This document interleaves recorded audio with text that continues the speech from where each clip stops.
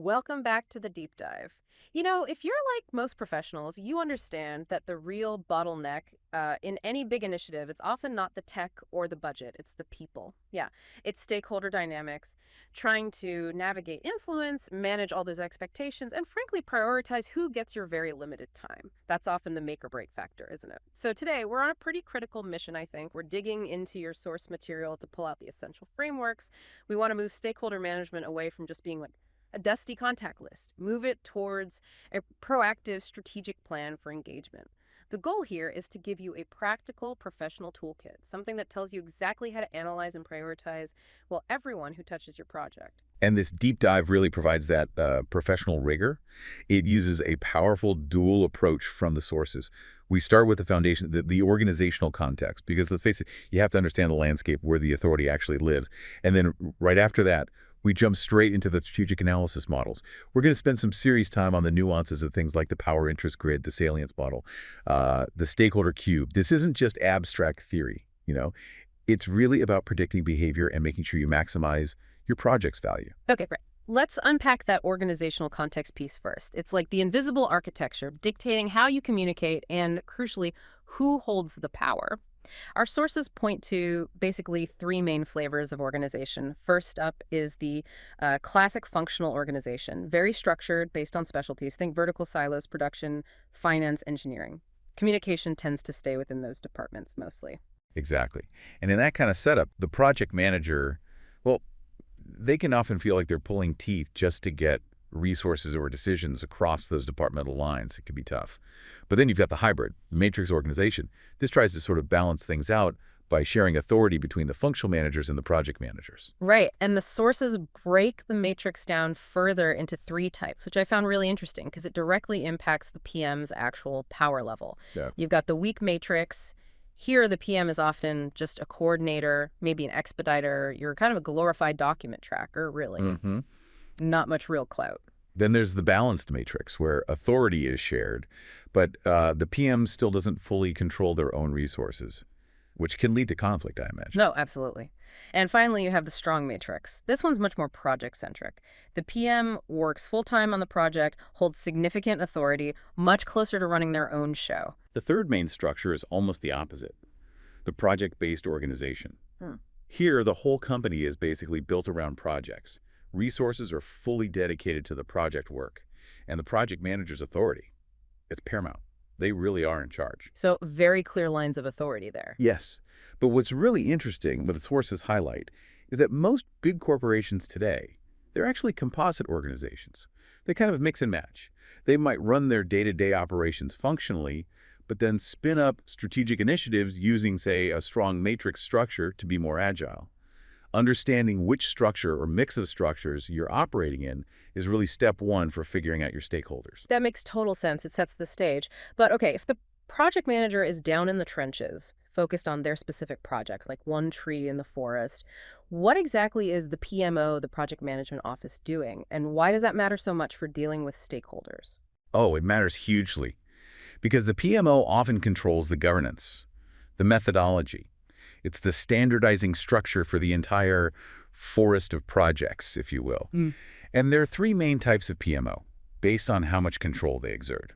First, the supportive PMO, low control. They act more like consultants. They give you templates, best practices. It's like a project library or a knowledge hub. Helpful, but hands-off. Okay, so they provide resources. Exactly. Yeah. Then you step up to the controlling PMO. This one has moderate control. They're the ones enforcing compliance, making sure all projects follow the standardized methodology. They're kind of checking your homework. Right, the process police, maybe? Sort of. And the highest level is the directive PMO, high control here. They directly manage the projects themselves. They ensure everything aligns perfectly with the overall organizational strategy. Okay, so the PMO is setting the rules of the road, managing shared resources, while the PM is executing a specific mission. That makes the PMO itself a really crucial stakeholder for the PM, right? One that's focused purely on governance and strategic fit, maybe easily overlooked sometimes. Precisely. You've nailed it. The project manager is wrestling with the constraints of their single project schedule, cost, scope, the usual suspects. The PMO, on the other hand, is worried about the big picture. Major program scope changes, optimizing how scarce resources are shared across all the projects, making sure everyone's using the same playbook, Understanding that difference, that dynamic, can prevent a lot of resource conflicts before they even start.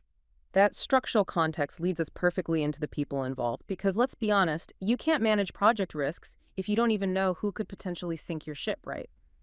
Which is why stakeholder identification is so fundamental. It's about systematically figuring out every single individual or group that can affect your project or, importantly, be affected by it. Get this wrong, and you're inviting conflict later. Absolutely. And the process needs to be systematic, not just guessing. It starts with brainstorming and mapping, just listing out everyone you can think of, internal and external. That means your own employees, managers, but also customers, suppliers, maybe regulators, even NGOs or community groups. Cast a wide net initially. Then you start to categorize them. Common ways are primary stakeholders, those directly impacted, like your ends customers, secondary indirectly affected, maybe local media or the general public, and then key stakeholders, these are the ones with high influence, regardless of how directly affected they are. Okay, so you group them. What then? All that analysis has to flow into the stakeholder register. This is not optional, it's critical. It's the living document where you capture their roles, what they care about, their interests, their contact info, and crucially, their potential impact, both positive and negative. Now, this is where I thought the sources got really interesting, updating the toolkit for, well, now for 2025 complexity. Two things really stood out to me. First, tackling that challenge of overlooking marginalized groups. You know, the smaller communities, the low-volume suppliers. Their interests often just get steamrolled by big organizational priorities or bias. Yeah, that oversight is a major risk these days.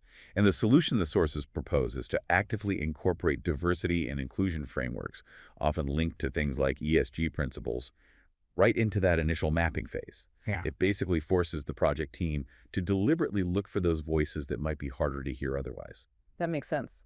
Proactive inclusion. What was the second big shift? The second one is about data gathering. Technology integration. We're moving beyond just sending emails and holding a few interviews.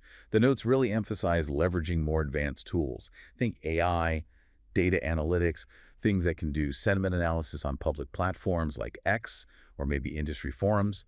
This lets you spot emerging stakeholders groups maybe forming an opinion you didn't even know existed. Wow, okay, so you can track public mood almost in real time. Pretty much. Which just reinforces the point that the stakeholder register isn't a one-and-done document. Yeah. It absolutely has to be treated as a living thing, revisited constantly, especially at key project phases. That dynamic aspect seems key. To really hammer home the cost, the financial cost of getting this identification step wrong, you just need to look at the HS2 rail project in the UK. Around 2024, this massive infrastructure project was facing huge delays and budget overruns. We're talking billions. And a major reason, a failure in that early stakeholder identification and engagement process. Okay, so what specifically went wrong there? Was it just missing a few names on a list? No, it was deeper than that. It was a structural failure to correctly assess and prioritize certain groups early on. Local communities, landowners along the route, various environmental organizations. Initially, they were likely categorized incorrectly, perhaps as low power, low interest, or just weren't identified thoroughly enough in the very early planning stages, not given enough weight. And the consequences? Huge. When construction started, these groups, feeling overlooked, launched significant public protests, legal challenges, citing environmental regulations, land rights issues, very disruptive. It actually led to mandated stop work orders on several sections of the project. The fix required a massive, costly overhaul of their engagement process. They had to implement much earlier, deeper community consultations, adopt the very digital monitoring tools we were just talking about to track sentiment continuously. It's a textbook case, really. Fail to identify and engage stakeholders properly early on, and it costs you exponentially more down the line.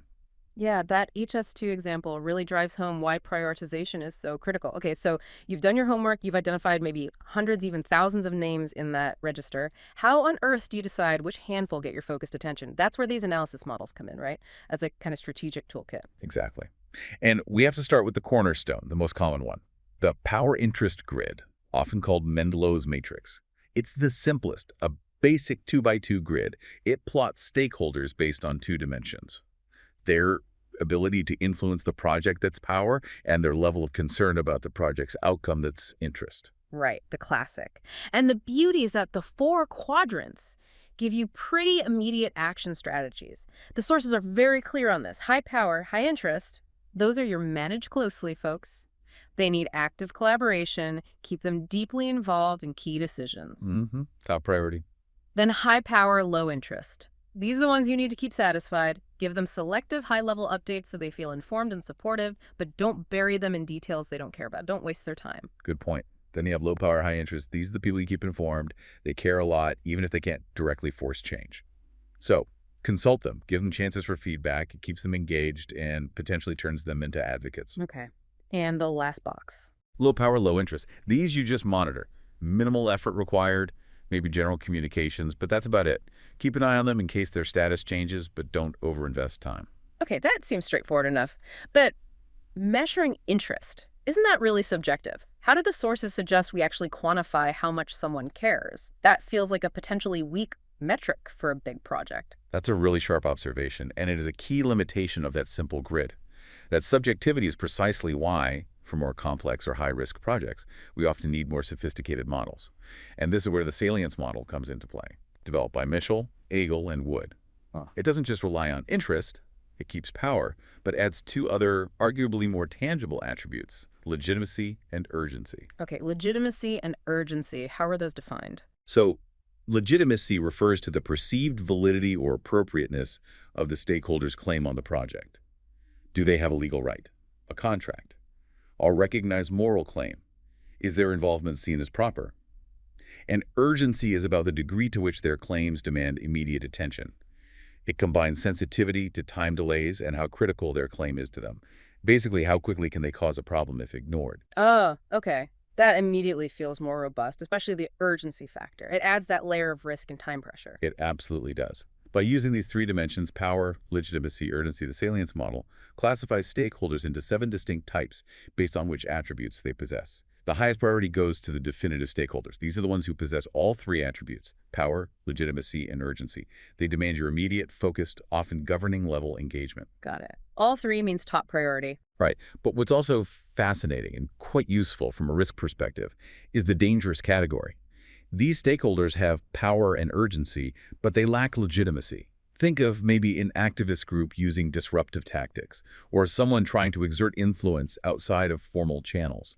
They can cause significant problems quickly, so they require very careful strategic engagement, primarily to mitigate potential risks. Okay, that makes sense. So we have the basic power interest grid for maybe simpler situations, and the salience model adding legitimacy and urgency for higher risk ones. But the sources list 6 models in total. That sounds like, well, a recipe for analysis paralysis for a busy project manager. Why do we need the other 4? Are they really necessary? It's a fair question. But we need them because, well, influence isn't always the same as interest, and power isn't always tied to formal authority, right? Yeah. The other models capture some really crucial nuances. Take the power influence grid, for example.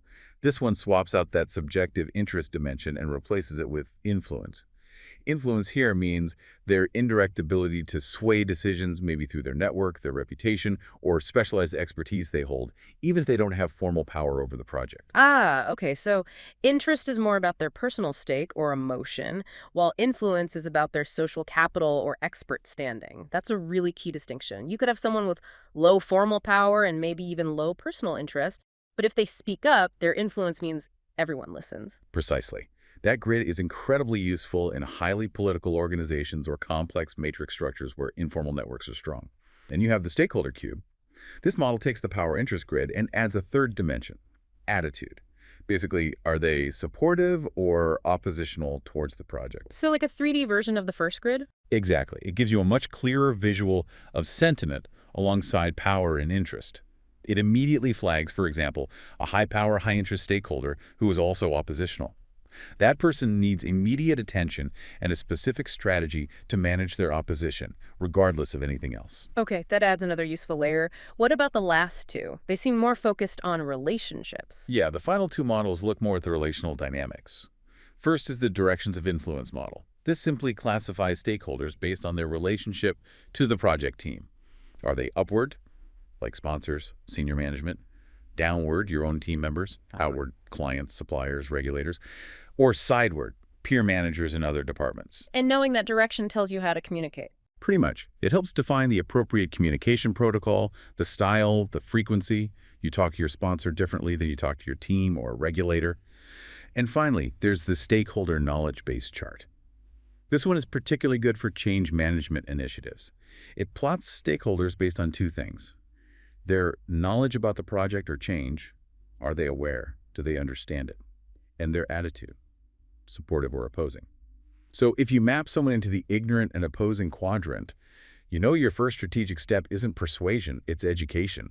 You have to raise their awareness and understanding before you can even hope to shift their attitude from opposing to supportive. Right, so we've got this amazing, sophisticated toolkit of 6 different models, but the whole point, of course, is to drive action. Prioritization isn't just about making neat charts. It's about focusing your limited time and effort where it matters most, maximizing value and minimizing risk. Exactly. And the sources really boil down the practical path from having that matrix or cube to actually taking action into a clear 3-step process. Step 1, capture attributes. You have to try and quantify the qualitative.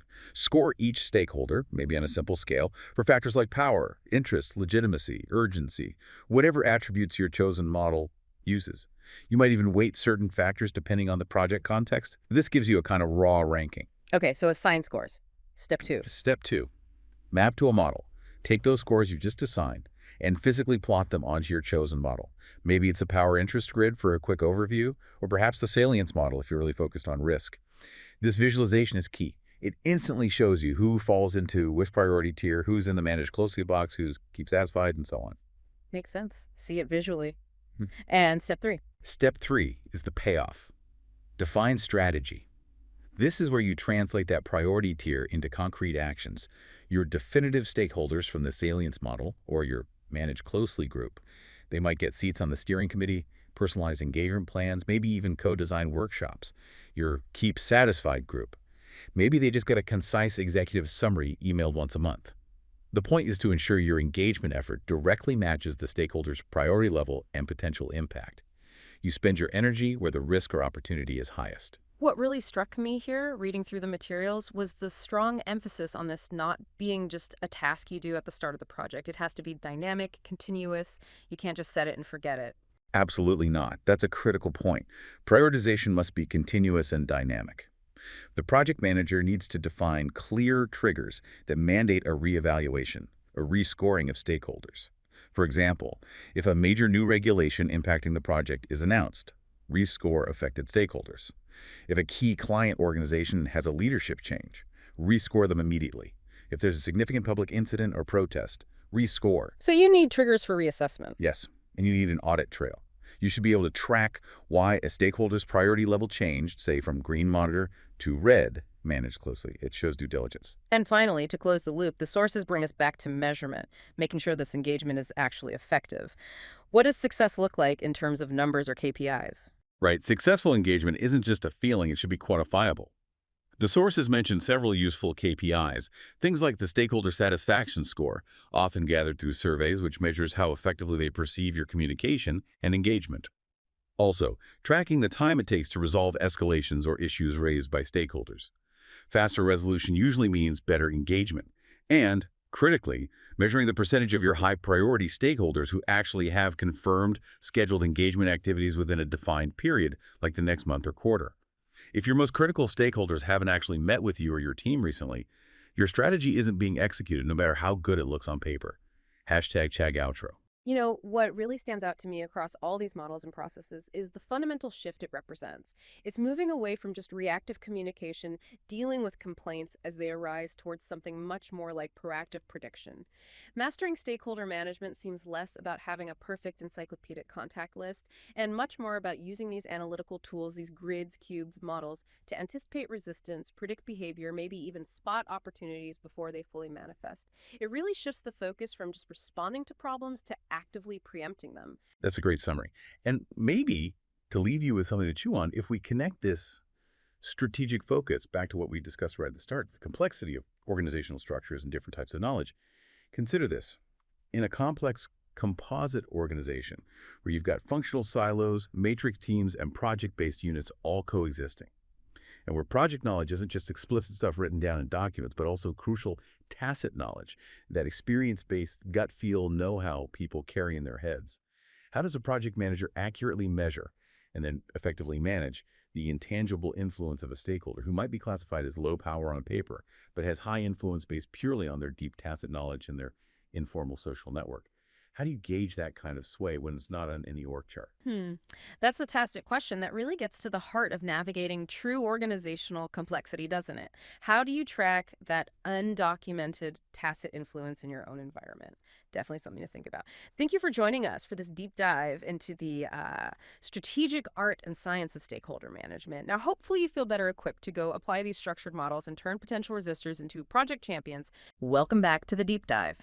If you were managing anything complex, a major infrastructure build, maybe a corporate restructuring, or even just a sprawling regulatory rollout, you quickly realize you aren't just managing tasks and timelines. Not at all. You are managing people.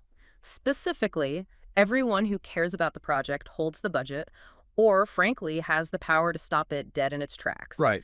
And effective project leadership gets this. Stakeholder management isn't just some chore you tick off a list. It's actually a highly strategic game.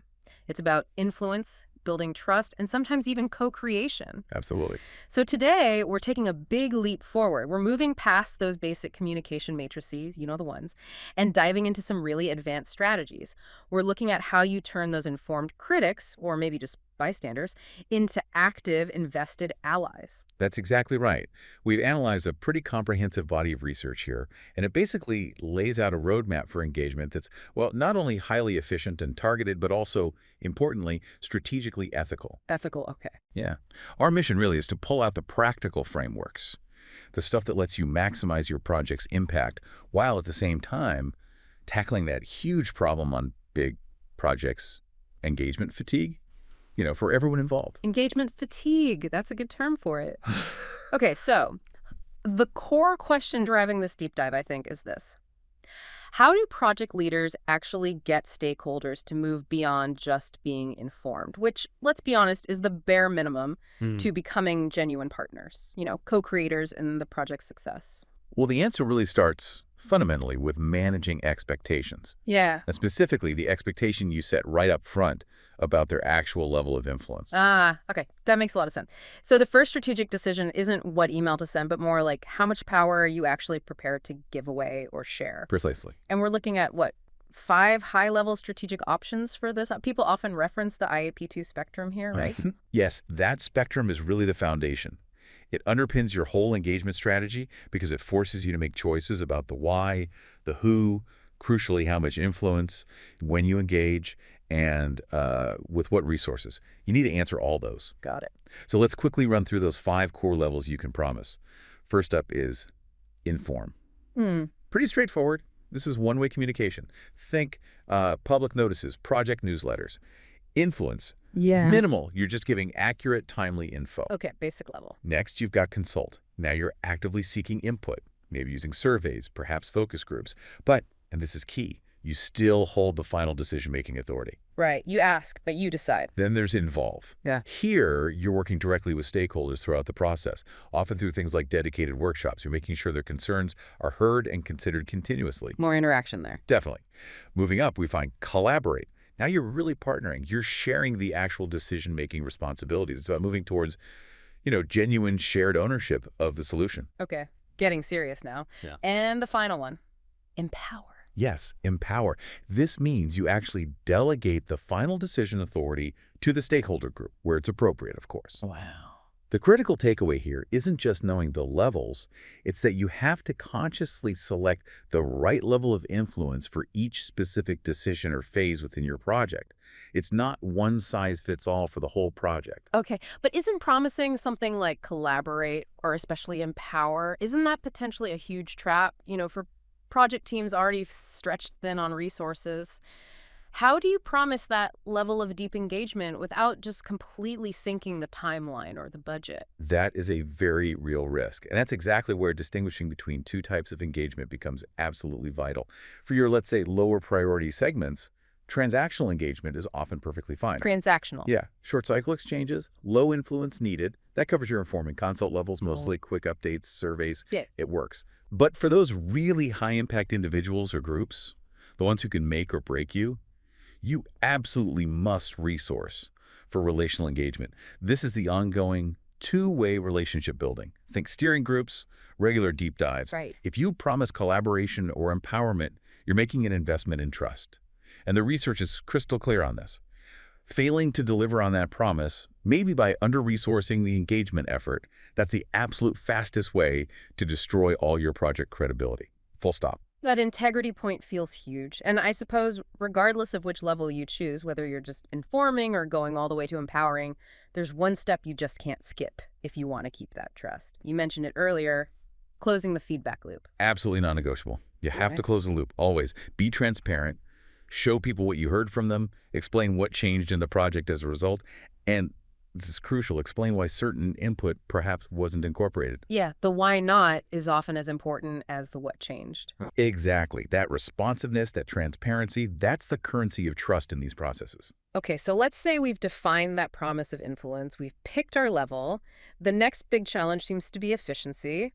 Like you said, engagement fatigue is real. We can't just blast everyone with the same, massive monthly status report and hope for the best. Oh, definitely not. We need engagement that's targeted, relevant, efficient. So how do we move beyond that maybe slightly static power interest grid we all learned about and actually start building customized approaches? Yeah, this is where we stop thinking of stakeholders as one big blob. We have to get systematic about segmentation and personalization. And the latest thinking demands we categorize based on really 4 key dimensions. 4, okay. First, the basics you'd expect. Role, internal versus external, influence level, interest level, standard stuff. But then you have to layer on their communication preferences. Do they actually read detailed dashboards, or would they prefer a quick 15-minute call? Ah, how they like to receive information. Yes. And fourth, and this is often overlooked, they're barriers to participation. Things like language differences, maybe time zone issues, or even just their comfort level with the technology you're using for engagement. Huh. So we're not just segmenting based on whether they can, derail the project. We're also segmenting based on how we need to reach them so the interaction is actually valuable for them. Precisely. That's the shift. And for those top-tier folks, the really influential ones, just standard segmentation might not even be enough. The sources we looked at strongly advocate creating quite detailed persona-style profiles. Personas? Like in marketing? Sort of, yeah, but for stakeholders. These aren't generic descriptions, though. They need to get specific about that individual's core decision-making drivers. What outcomes really influence whether they support or oppose something? What's their personal risk tolerance?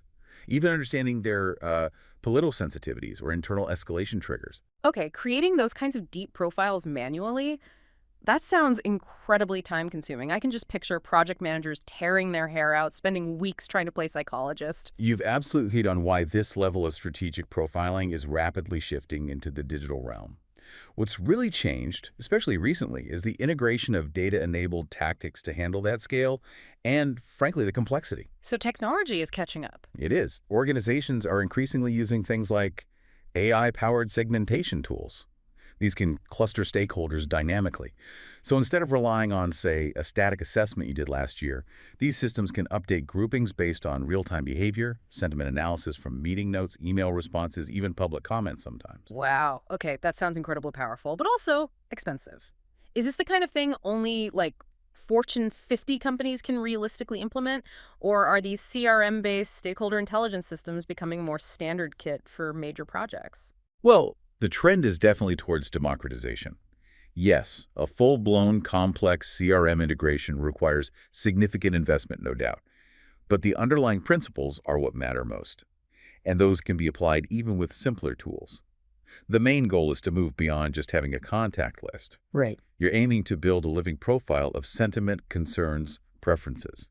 And when you combine that with predictive analytics, well, that's where you unlock that proactive strategy you hinted at earlier. Yes, predictive analytics. That's where my ears really perked up. How does predicting someone's reaction actually change my engagement strategy day to day? It fundamentally shifts your approach.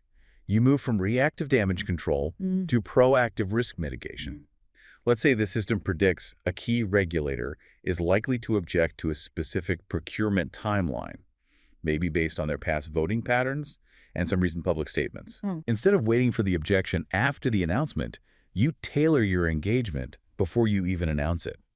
You might schedule a personal briefing with that regulator a week early, specifically addressing the points you predict they'll be concerned about, framed in a way that speaks to their known drivers and risk tolerance. So you're preempting the conflict based on data. Exactly. Proactive mitigation. Now, if we connect this level of complexity the segmentation, the prediction, back to the broader project lifecycle, becomes super clear that you need strong governance to manage it all. Right. It can't be the Wild West. No. Engagement has to be purposeful. It needs to be tightly aligned with your project's key decision points to maintain credibility. Okay, so how do we make that timing operational? We can't just send out comms whenever someone has bandwidth, right? It needs structure. Absolutely not. You need a proper, thought-through engagement calendar. And this calendar has to synchronize every consultation, every communication push with your key decision milestones. Things like major regulatory submissions, key budget approvals by the board, critical procurement windows opening or closing. The engagement activities need to deliberately lead those decisions, providing enough time for genuine input before the doors slam shut on that decision. So the input can actually influence the outcome, not just be noted after the fact. Precisely.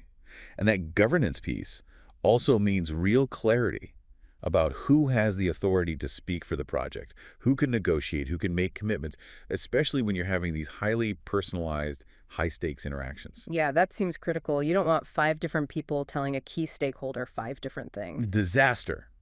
You need absolute clarity of ownership. That means things like assigning clear engagement leads responsible for specific stakeholder segments or groups, establishing explicit authority levels who can commit project resources, who can negotiate on scope changes, who needs to sign off on communications, and, crucially, documenting the escalation pathways for when conflicts inevitably arise. Without those clear governance guardrails, all that proactive, personalized effort we talked about, it just dissolves into confusion, duplicated work, or worse, inconsistent messaging that destroys trust. Okay, but let's get into the tough part. Conflict. It's pretty much guaranteed, right? You'll have environmental groups versus developers, or maybe the finance department versus operations fighting over priorities. What happens when those diverse personalized interests lead to genuine structural conflict over a necessary trade-off? Yeah, it's inevitable on complex projects. And you absolutely need a structured, transparent, and defensible process for reconciliation. You cannot resolve these deep conflicts by simply listening to the loudest voice in the room or, the most powerful stakeholder. Legitimacy is everything here. So what does that structured process look like? The first step, always, is to clarify constraints. Be brutally honest and upfront about what is actually negotiable. Things like maybe certain scope elements or adjustments to the schedule versus what is absolutely fixed. Those non-negotiables might be due to legal requirements, core safety standards, or maybe just fundamental project objectives that cannot change. Setting the boundaries, that makes sense. Prevents false expectations from the start. What's next? Next, you work to define objective decision criteria. And ideally, you co-create these with key stakeholders. You need a concise set, maybe 3 to 7, of measurable criteria that everyone agrees will be used to evaluate the options and govern the trade-off. Examples. Could be things like specific safety metrics, long-term operational cost, impact on public equity, speed to market. Depends entirely on the project and the decision. Okay, measurable criteria. And the final piece, the actual mechanism for weighing those criteria, especially when they inevitably compete, like safety versus cost. That's where you need a formal trade-off method. For complex situations with lots of stakeholders holding different priorities, the sources point strongly towards using tools like multi-criteria decision analysis, or MCDA. MCDA? Sounds technical. It can be, but the concept is straightforward. It's essentially a structured scoring matrix. It forces you to make the trade-offs explicit and, importantly, reproducible. Let's take that road safety barrier example you mentioned earlier. Okay.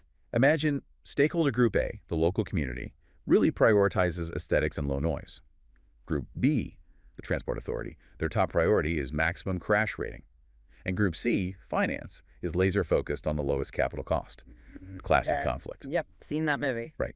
So with MCDA, you first assign agreed-upon weights to each criterion. Maybe crash rating gets a 50% weighting, cost gets 30%, and aesthetics gets 20%. Then each potential barrier option gets scored against each of those criteria. The math, incorporating those weights, then points towards the option that provides the best overall balance according to the agreed framework. Got it. So even if finance, Group C, doesn't like the final outcome because the cheapest barrier wasn't chosen, Exactly. they can clearly see how the decision was made. They can see the process was fair, it was rigorous, and it respected the criteria everyone agreed on beforehand. That's where the legitimacy comes from, even in disagreement. That's precisely it. Legitimacy of process. And there's one crucial final step to lock that in: publishing the rationale. After the decision is made, you need to publish a concise summary. Basically, an input received considered against these criteria, using this method, resulting in this final decision log. Closing the loop again. Officially closing the loop on the conflict resolution itself. It reinforces the integrity of the entire engagement process. Okay, this is great. Now let's maybe start to wrap up by looking at something you mentioned earlier, the mandatory practices around inclusivity and ethical conduct. It feels like the standards here have really risen. It's no longer enough just to send out an invite and hope people show up, right? We have to actively remove barriers. Absolutely. Yeah. This is about guaranteeing equitable access, not just paying lip service to it. The modern frameworks, we're seeing mandate-specific, quite practical steps. Yeah. For instance, providing proper language support. That means professional translation, using plain language materials, not just dropping jargon-filled reports on people. It also means ensuring physical accessibility, using venues that meet universal design standards, thinking about parking, ramps, everything. And what about the sort of hidden costs of participating for some people? Time off work, childcare. Yes, that's a huge one. Offering logistical support is now seen as key. Things like childcare stipends so parents can attend, maybe transportation allowances or reimbursements, scheduling meetings at flexible times, evenings, weekends to accommodate working families. These aren't just nice-to-haves anymore in many frameworks. Right. And particularly for projects relying heavily on digital engagement, you have a duty around digital inclusion.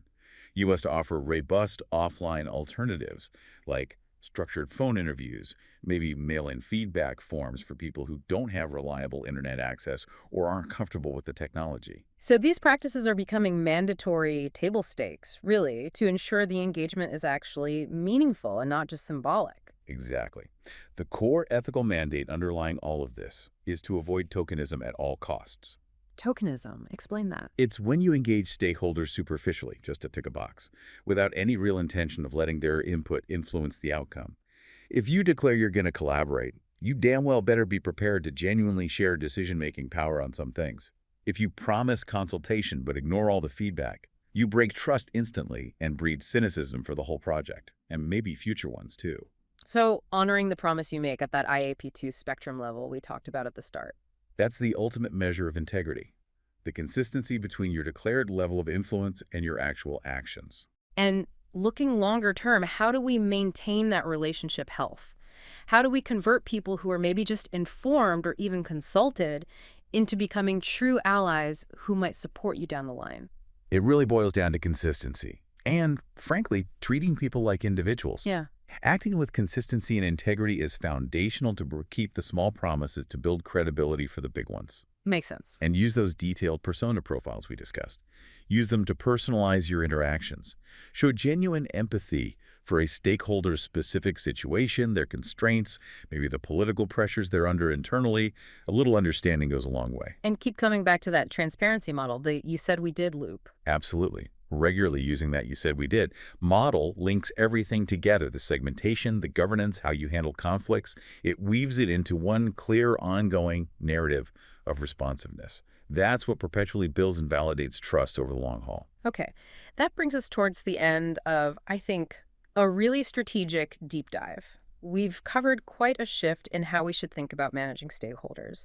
Moving from just, mass communication towards hyper-personalized segments, linking every single engagement activity directly back to key decision milestones, and using structured, transparent tools like MCDA to manage conflict fairly and crucially legitimately. So wrapping it all up, what does this really mean for your next move for the listener's next project? I think the ultimate metric of success isn't just counting heads at meetings or tracking email open rates. It's about the overall relationship health and the perceived fairness, the legitimacy of your entire process. Right. If your stakeholders feel the process was fair, even if they didn't love the final outcome, you've built a defensible decision and likely preserved the relationship. Now, here's a provocative thought, especially given our focus on predictive analytics and real-time sentiment tracking. How might you proactively resource and staff your communication and engagement efforts to manage a predicted stakeholder backlash before your stakeholders even fully realize they're upset?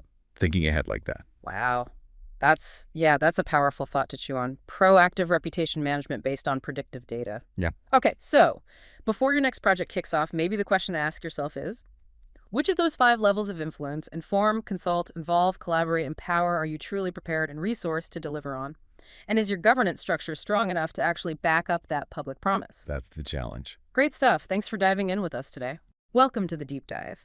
We're here to turn complex data into knowledge you can actually use. And today, we are digging into something absolutely critical for getting things done: stakeholder management. It often feels like just another box to tick, right? But when you really look under the hood, it's all about navigating information, power dynamics, and, well, plain old human psychology. That's exactly it. That's the sweet spot we're aiming for. We've sifted through a pretty dense stack of sources, everything from org behavior models to cognitive science stuff. Right. But our mission today isn't to give you the whole textbook. It's more like a strategic shortcut.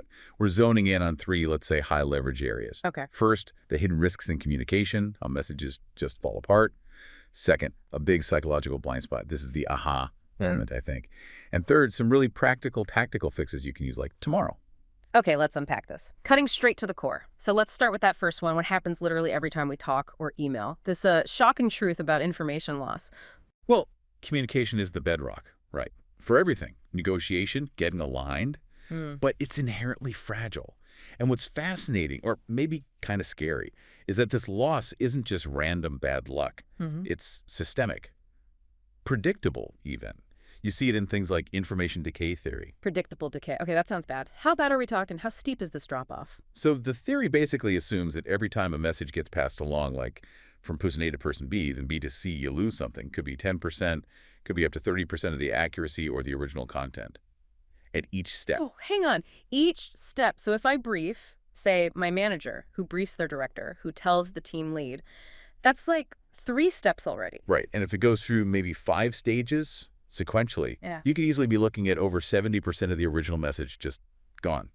Poof. 70%. Are you serious? Yeah. That's terrifying for getting anything done correctly. It is. And, this isn't some brand new discovery. Go way back. Allport and Postman, 1947, studied rumor transmission, the rumor model. Their finding was stark. A message passed just by word of mouth through only 4 people could lose about 70% of its original details. Wow. 4 people. Think about that next time you just tell someone something important verbally and expect it to land perfectly down the line. Exactly. And you mentioned it before we started, this hybrid world we're in. Yeah. Remote work. Yeah. It probably makes it worse, right? Yeah. We rely on quick Slack messages, email summaries. Yeah. Someone forwards it. Someone else summarizes that summary. Each step is a potential decay point.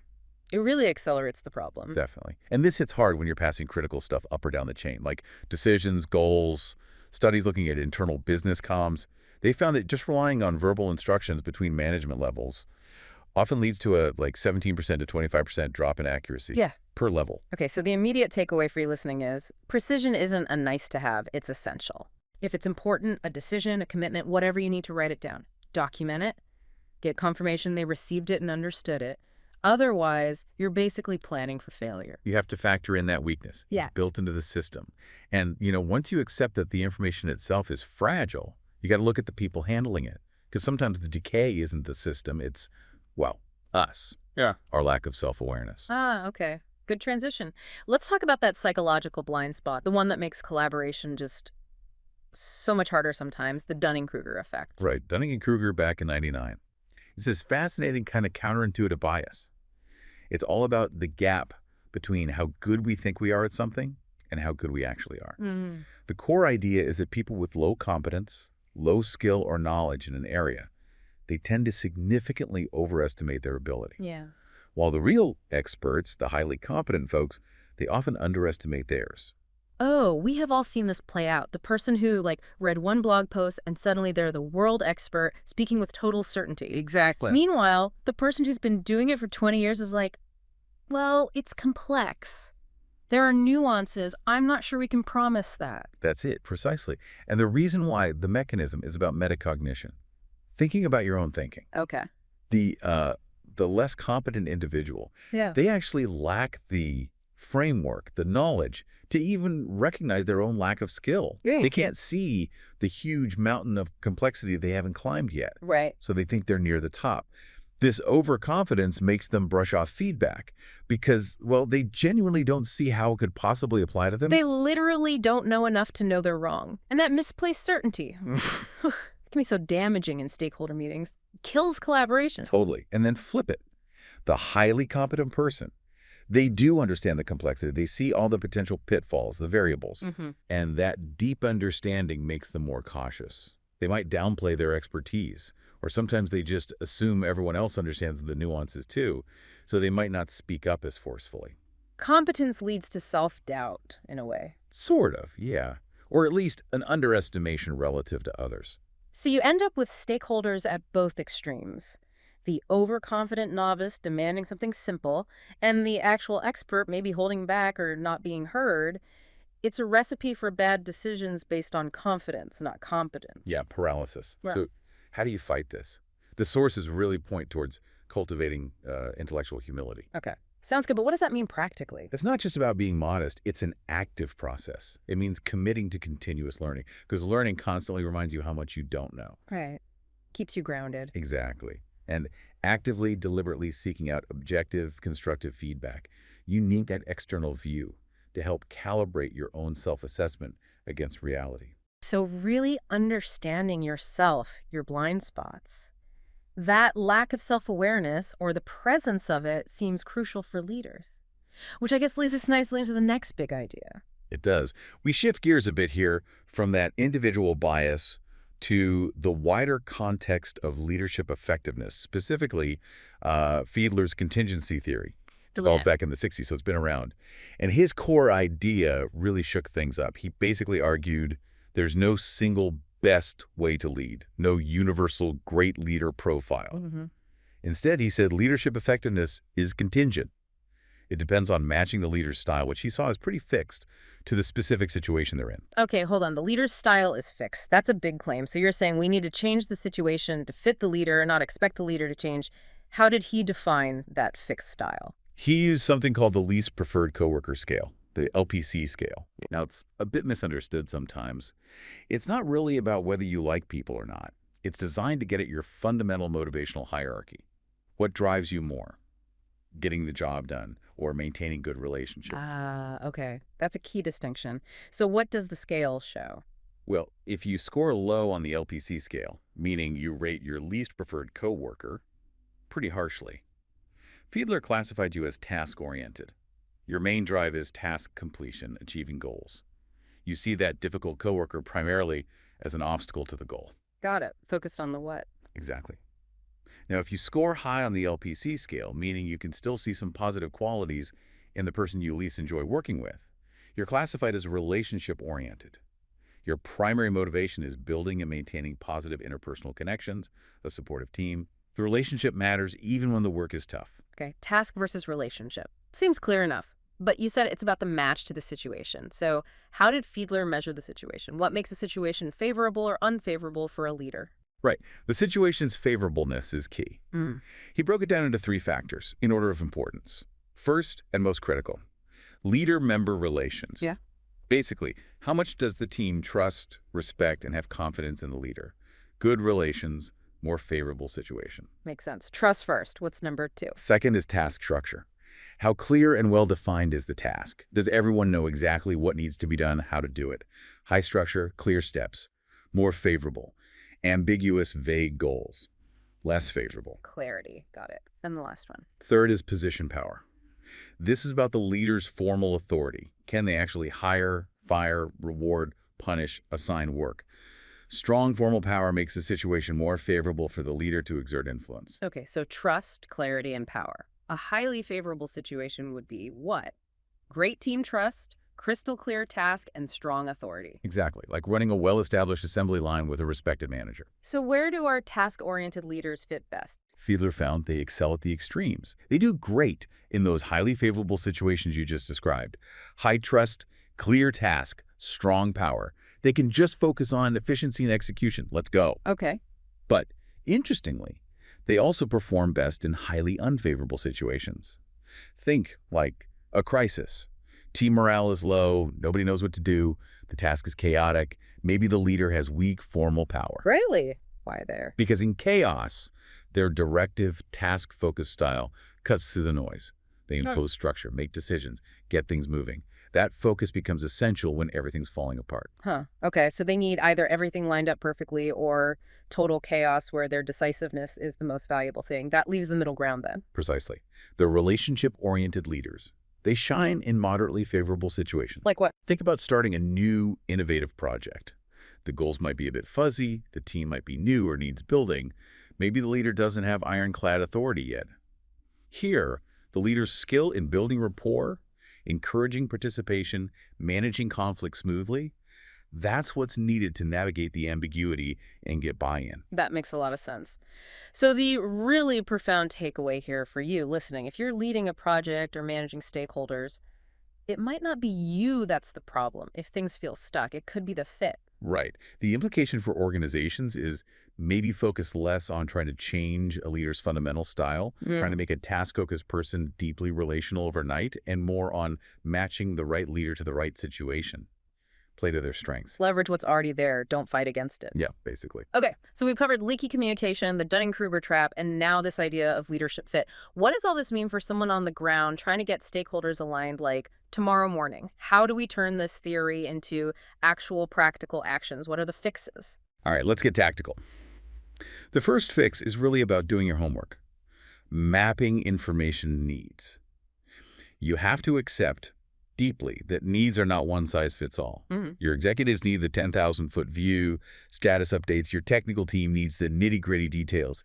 Giving the exec tons of detail, that's actually bad communication. It's noise. Yeah. It buries the lead. Right, you're actively tailoring it, thinking Right. about the right level of detail, how often they need updates, maybe even the format visual versus text and the channel. Yeah. Email, Slack, a call. Exactly. You're aiming to avoid both information overload, giving too much, and under-informing, holding back critical info. It's a balancing act based on their role and influence. Okay, smart mapping first. Then what? What about specific techniques? Yeah, let's talk micro techniques. Low effort, potentially high impact for building trust and accountability. First one, the structured 60-second recap. Start every single stakeholder meeting this way. It takes 1 minute. You concisely summarize commitments made in the last meeting. You confirm the current status of those commitments. And critically, you end by clarifying one clear next action coming out of this discussion. Who owns it and by when? Ah, I like that. It immediately grounds the meeting, stops the drift, focuses on accountability and forward momentum right from the start. Precisely. Next technique tackles that common problem of decisions just languishing, emails getting ignored. Use the one-line decision driver. Decision driver. Yeah, especially in written updates like emails to busy people. Frame the core message very specifically. It looks like this. We must decide on the specific issue by a clear deadline because the compelling reason, your input on the exact thing you need from them, is required now. Oh, that's sharp. It screams urgency and clarity. It tells them exactly what's needed, why it's needed, and when. It moves it from just FYI to action required. Right. Cuts through the noise and procrastination. Yeah. And finally, to deal with that version control nightmare, different people looking at different data. Yes, please. The my spreadsheet versus your spreadsheet argument. You need a single shared visual as the canonical source of truth. Canonical, official. Exactly. It could be a simple shared roadmap, a dashboard, whatever fits. But there must be one place everyone agrees is the definitive, up-to-date picture.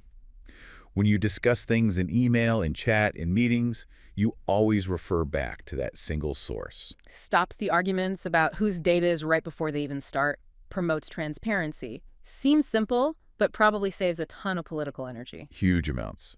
And then wrapping all these tactics together is the absolute necessity of closing the loop. Meaning? After you ask for input, or after a decision is made based on input, you have to communicate back, tell people, here's what we heard, here's how the plan changed because of your input, and just as importantly, here's what didn't change, and here's why. The why not is crucial too. Crucial for credibility. It shows you listened, even if you didn't take every suggestion. It respects people's time and encourages them to actually participate next time because they know they'll be heard and get feedback. Wow. Okay, so this deep dive really shows that managing stakeholders effectively, it's this intricate blend, isn't it? You've got systemic issues like information decay, deep human psychology like Dunning-Kruger, and then understanding that our tools, whether it's our leadership approach or just how we run a meeting, their effectiveness totally depends on the context that Fiedler idea of fit. Yeah, it really forces you to see that even the most technical projects, at their heart, run on human perception, motivation, and communication. You can't ignore the soft stuff. It is the hard stuff. Totally. And that actually leads perfectly into a final thought for you to consider. Fiedler's model, the contingency theory, it's built on this idea that leadership style, measured by that LPC scale, is relatively fixed, Right. task or relationship-oriented. Right, that was his premise. But the fix we talked about for the Dunning-Kruger effect, seeking feedback, continuous learning, building intellectual humility that's all about self-correction. It implies we can change, we can refine our self-perception, and maybe even our behavior. That's a really interesting tension, isn't it? If awareness and learning can genuinely change how a leader sees themselves and their limitations, how truly fixed is that LPC style? Could it evolve? Exactly. What if the real measure of leadership competence isn't just being task or relationship focused, but developing the self-awareness to consciously adapt your approach based on what you learn about yourself and the situation? Maybe adaptability, driven by humility, is the real key. That's a great question. How much does that capacity for adaptation get missed if we assume style is totally fixed? Something for you to definitely mull over. How does growing awareness actually change capability? Think about that, apply these ideas, and we'll catch you next time on The Deep Dive. Welcome back to The Deep Dive. Today, we're really getting into something crucial, maybe even a bit intimidating for some folks. Negotiation. And we're not just talking about, haggling over a price. It's much deeper.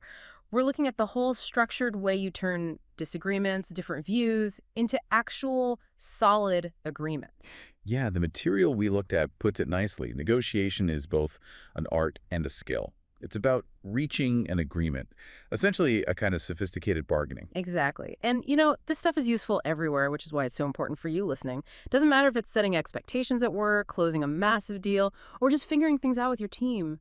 The basic truth is pretty much everything is negotiable. And honestly, everyone's a negotiator, whether they realize it or not. It's just part of life. That's a good point. But, okay, before we jump in too deep, we have to realize that not all negotiations are the same. They fundamentally split into two types. First, there's distributive negotiation. That's your classic win-lose situation. Think hard bargaining, competition, like there's a fixed pie, and if I get more, you get less. The kind you see in films, maybe. Right. That sounds pretty stressful, actually. It often is. And it can really damage relationships long-term. Yeah. So the goal, or where we want to move towards, is integrative negotiation. That's the win-win approach. This is much more about collaboration, finding compromises, seeking solutions where both sides benefit. Yeah. That's how you build stronger, lasting connections. Exactly. We want to approach this whole thing like a strategic chat, not a fight. Okay, so let's unpack that. Where do we start? The game plan, Okay. right? The overall strategy before you even think about making an offer. Yeah, and just to be clear for everyone, strategy, that's the big picture, the overall approach. Tactics, those are the specific moves, the actions you take during the negotiation to reach your goal. Two different things. Spot on. And the material lays out 5 key strategic approaches. The crucial thing here isn't picking the one you like the most. It's picking the one the situation actually calls for. So first up is collaborating. You go this route when the issues are just too important to compromise on, or when getting it right absolutely needs everyone to buy in and commit, like integrating lots of different complex ideas for a big project. Okay. Then there's compromising. That's the classic meet in the middle, yeah. Pretty much. Use this when the issues matter, but maybe not enough to fight tooth and nail over, especially if both sides have similar power or, you're just running out of time. Compromise often trades perfection for just getting it done. Right, speed and practicality. Then we get to one that sometimes trips people up. Accommodating. Wait, accommodating, isn't that just giving in? How's that a strategy? It is a strategy, but you have to think long term. You accommodate specifically to build up goodwill, maybe for future negotiations that are much bigger deals. Or sometimes it's simply the right thing to do. You accommodate when you realize, honestly, your position is wrong, or the issue just matters way more to them than it does to you. It's like an investment in the relationship, calculated. Okay, I see. Investing goodwill. Makes sense. Then completely the opposite end, you've got controlling. This is the forceful, authoritative approach. Use it when you need quick, decisive action, like in an emergency. Or maybe when you're absolutely certain you're correct, and the other side might try to take advantage if you're too cooperative. Okay, high stakes or high certainty. And finally, avoiding. People sometimes forget this is a strategy too. But look, sometimes the best negotiation is no negotiation. You avoid when the issue is tiny, or maybe emotions are just way too high and everyone needs to cool off, or frankly, when you just don't think you're going to make any progress at all. So the real lesson here is flexibility. Adapting your strategy. It all hinges on the context, right? Is this a one-time thing or an ongoing relationship? How vital is this specific deal? Got tight deadlines. Get that overall game plan solid first. That's your foundation. Absolutely. So moving on from strategy to actually getting ready, we hit the fundamentals, the real non-negotiables of negotiation itself. It's always dynamic, right? You're constantly identifying issues, debating them, arranging terms, agreeing, balancing things like price, service, timing. It's never static. Which brings us to what the material calls the 4 essential rules of negotiation. Rule number 1, aim high. This is partly psychological, partly practical. Always start by aiming for the best possible outcome you can realistically imagine. Why? Because you can always come down and offer concessions. But trying to trade up after you started low, it's really, really hard, almost impossible sometimes. And to do that, you need clear objectives, right? Defining your must, the absolute bottom line, your walkaway point. Your ideals, what perfection looks like, and your loss leaders, the things you're actually prepared to trade away. Precisely. Rule 2, get the other person's shopping list. You can't go in blind. Information is everything. It turns negotiation from just guessing into actual strategy. You need to anticipate what they want, what pressures they're under, what their limits might be. Do your homework. Research. And, crucially, ask smart questions during the negotiation itself. Okay, rule 3. Keep the whole package in mind. It's easy to get tunnel vision on one thing, like, say, the price per unit. But that might make you miss something huge in the service agreement or the delivery schedule. You've got to juggle all the connected parts at once. Don't lose the forest for the trees. And rule 4. Keep searching for variables. Stay flexible. The more things you can negotiate on payment terms, training included, support levels, guarantees, timing, the more options you create. More variables mean more potential pathways to an agreement. That makes sense. More levers to pull. And all this points to preparation. Confidence in negotiation doesn't just happen. The golden rule here is simple. Success never comes from luck or winging it. You have to prepare. You need clear objectives.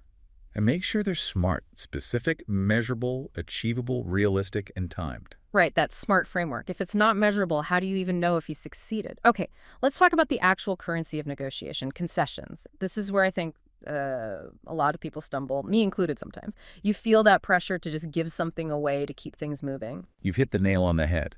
That urge, that emotional pull to offer something up just because it feels awkward or you feel guilty, that's exactly what you need to resist. There are 2 golden rules for concessions here. Rule 1, never give, always trade. Say it again, never give, always trade. A concession isn't a gift, it has value, so it must be traded strategically. Use that if-then approach. Like, okay, I understand you need a lower price. If you can agree to extend the delivery timeline by 2 weeks, then we could look at reducing the unit cost by, say, 5%. Yeah. We're constantly asking for something in return, reciprocity, value for value. Okay, if, then, steinen, say. That sounds simple on paper, but I can imagine in the heat of the moment it's easy to forget. It is, which is why Rule 2 is about managing the psychology. Optimize your concessions. When you do trade something, make sure they perceive it as valuable. Emphasize the effort it takes you, the cost, how unusual it is for you to offer it. Build up its perceived worth. And conversely, when they offer concession, you want to minimize its perceived value. Treat it like something you kind of expected anyway, not some huge favor. This helps you keep control of the emotional balance of the negotiation. Ah, so you're managing the story, the perception, not just the numbers. Interesting. Okay, so now we're actually in the negotiation room, metaphorical or real. Let's talk about tactics, the specific moves to keep you on track, maybe even ahead. Right. Let's start with just controlling the atmosphere. One technique highlighted is using silence. It sounds simple, but it's incredibly powerful. You make your offer, or you ask a tough question, and then you just wait. A deliberate, long pause. Most people get really uncomfortable with silence. They might jump in with unplanned concessions or reveal important information just to fill the gap. Ooh, that takes some nerve, but I can see how it works. What else? Keeping things organized is key, especially if it's complex. So, summarize frequently. Negotiations can get tangled. Lots of points. Maybe some conditional agreements. Regularly summarizing makes sure everyone's on the same page, confirms what you've actually locked down. You can use phrases like, okay, so just to recap, we've agreed on a cost, the delivery schedule, and service level A. Is that right? Good. Now, if that's settled, let's talk about implementation. Keeps it clear, prevents backtracking. Good one. And while you're listening, you have to be constantly reading between the lines. People often use soft language, kind of rhetorical fluff, to hide tough demands. The material calls these danger phrases. Ah, yes, like the classic, look, you're a reasonable person, which Right. usually means... I'm about to ask for something completely unreasonable, and I expect you to agree because you're reasonable. Exactly. Or how about we're almost there? Yeah, that often means I still want a couple more things from you before we're really there. And a personal favorite defense mechanism, I never negotiate on price. Which really means, it almost always means, okay, I probably will negotiate on price, but you have to bring it up first and push me on it.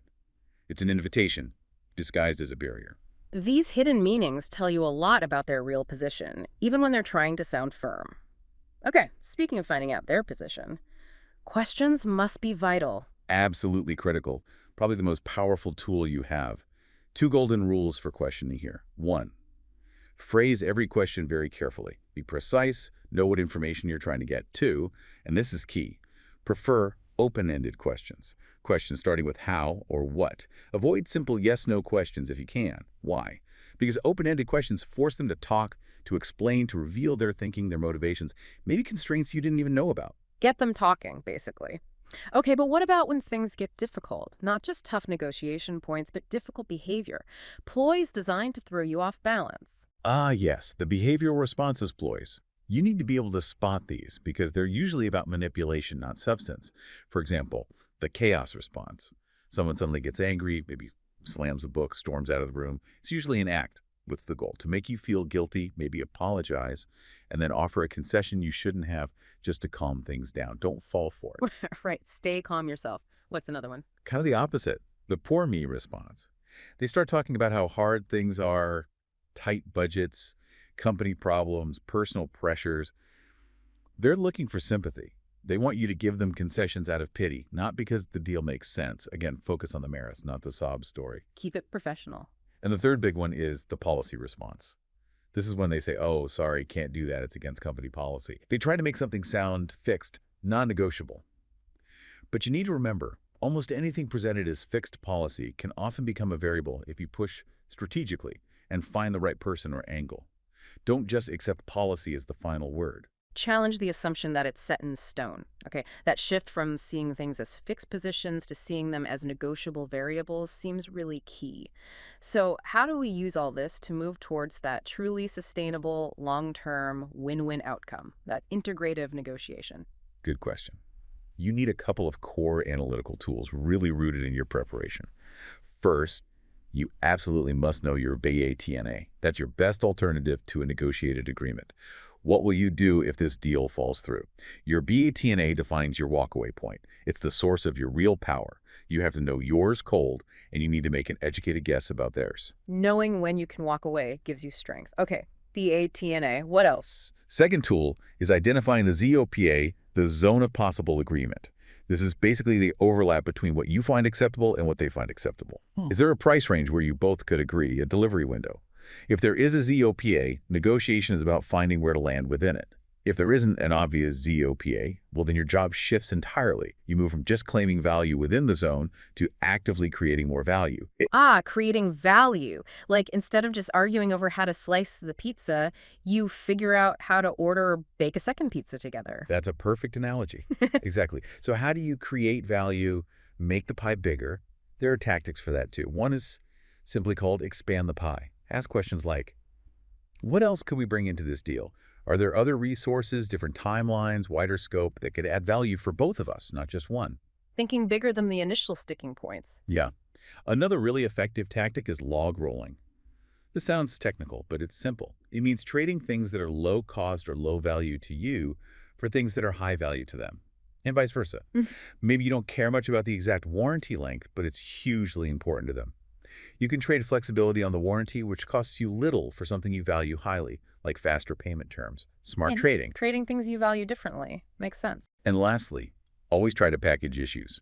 Don't negotiate point by point in isolation if you can help it. Bundle several things together, price, delivery, service, warranty, into a single offer. This makes it easier for both sides to feel like they won't on the issues that mattered most to them. It allows for trade-offs within the package.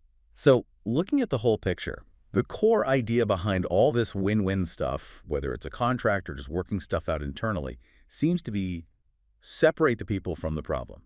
Focus on the underlying interests, not just their stated position. That's it, exactly. You're trying to understand the why behind their demands. What needs, what pressures, what constraints are driving their position. If you understand their interests, you can often find creative ways to meet those interests without necessarily giving in on your own core needs. It really comes through that mastering this isn't about some innate gift, is it? It's a craft you learn. It takes solid preparation, awareness of the psychology, and being adaptable. And the goal isn't some theoretical perfect deal, but a strong, workable outcome, something achievable that actually lasts. And for it to last, it needs credibility, trust. You build that by being truthful. Be honest about your limits, what you can and can't do. And, critically, always document what you agree on clearly. Seriously, one broken promise, one misunderstood commitment can just destroy all the goodwill you built. Makes the next negotiation almost impossible. That foundation of trust is everything for the long haul. Okay, that brings us towards the end. What's the final, maybe provocative thought we want to leave everyone with? I think the strongest golden rule, the one that underpins everything else, comes back to self-awareness and that prep work. Never agree to something you truly don't want or can't deliver on. Knowing your absolute minimum, your reservation price, your walkaway point, your BAT&A, that's your ultimate source of power. And having the courage to actually walk away if that minimum isn't met. That conviction, built entirely on your preparation, that's what separates a good negotiator from a great one. Have the courage to walk away if the deal isn't right. Know your floor and have the courage to stand on it or walk away. An absolutely essential toolkit for moving beyond just arguing towards actually collaborating and finding real solutions. Thanks for taking this deep dive with us today. Now go out and try using some of these strategies in your very next interaction. Welcome to the deep dive. So you've got this classic project puzzle, right?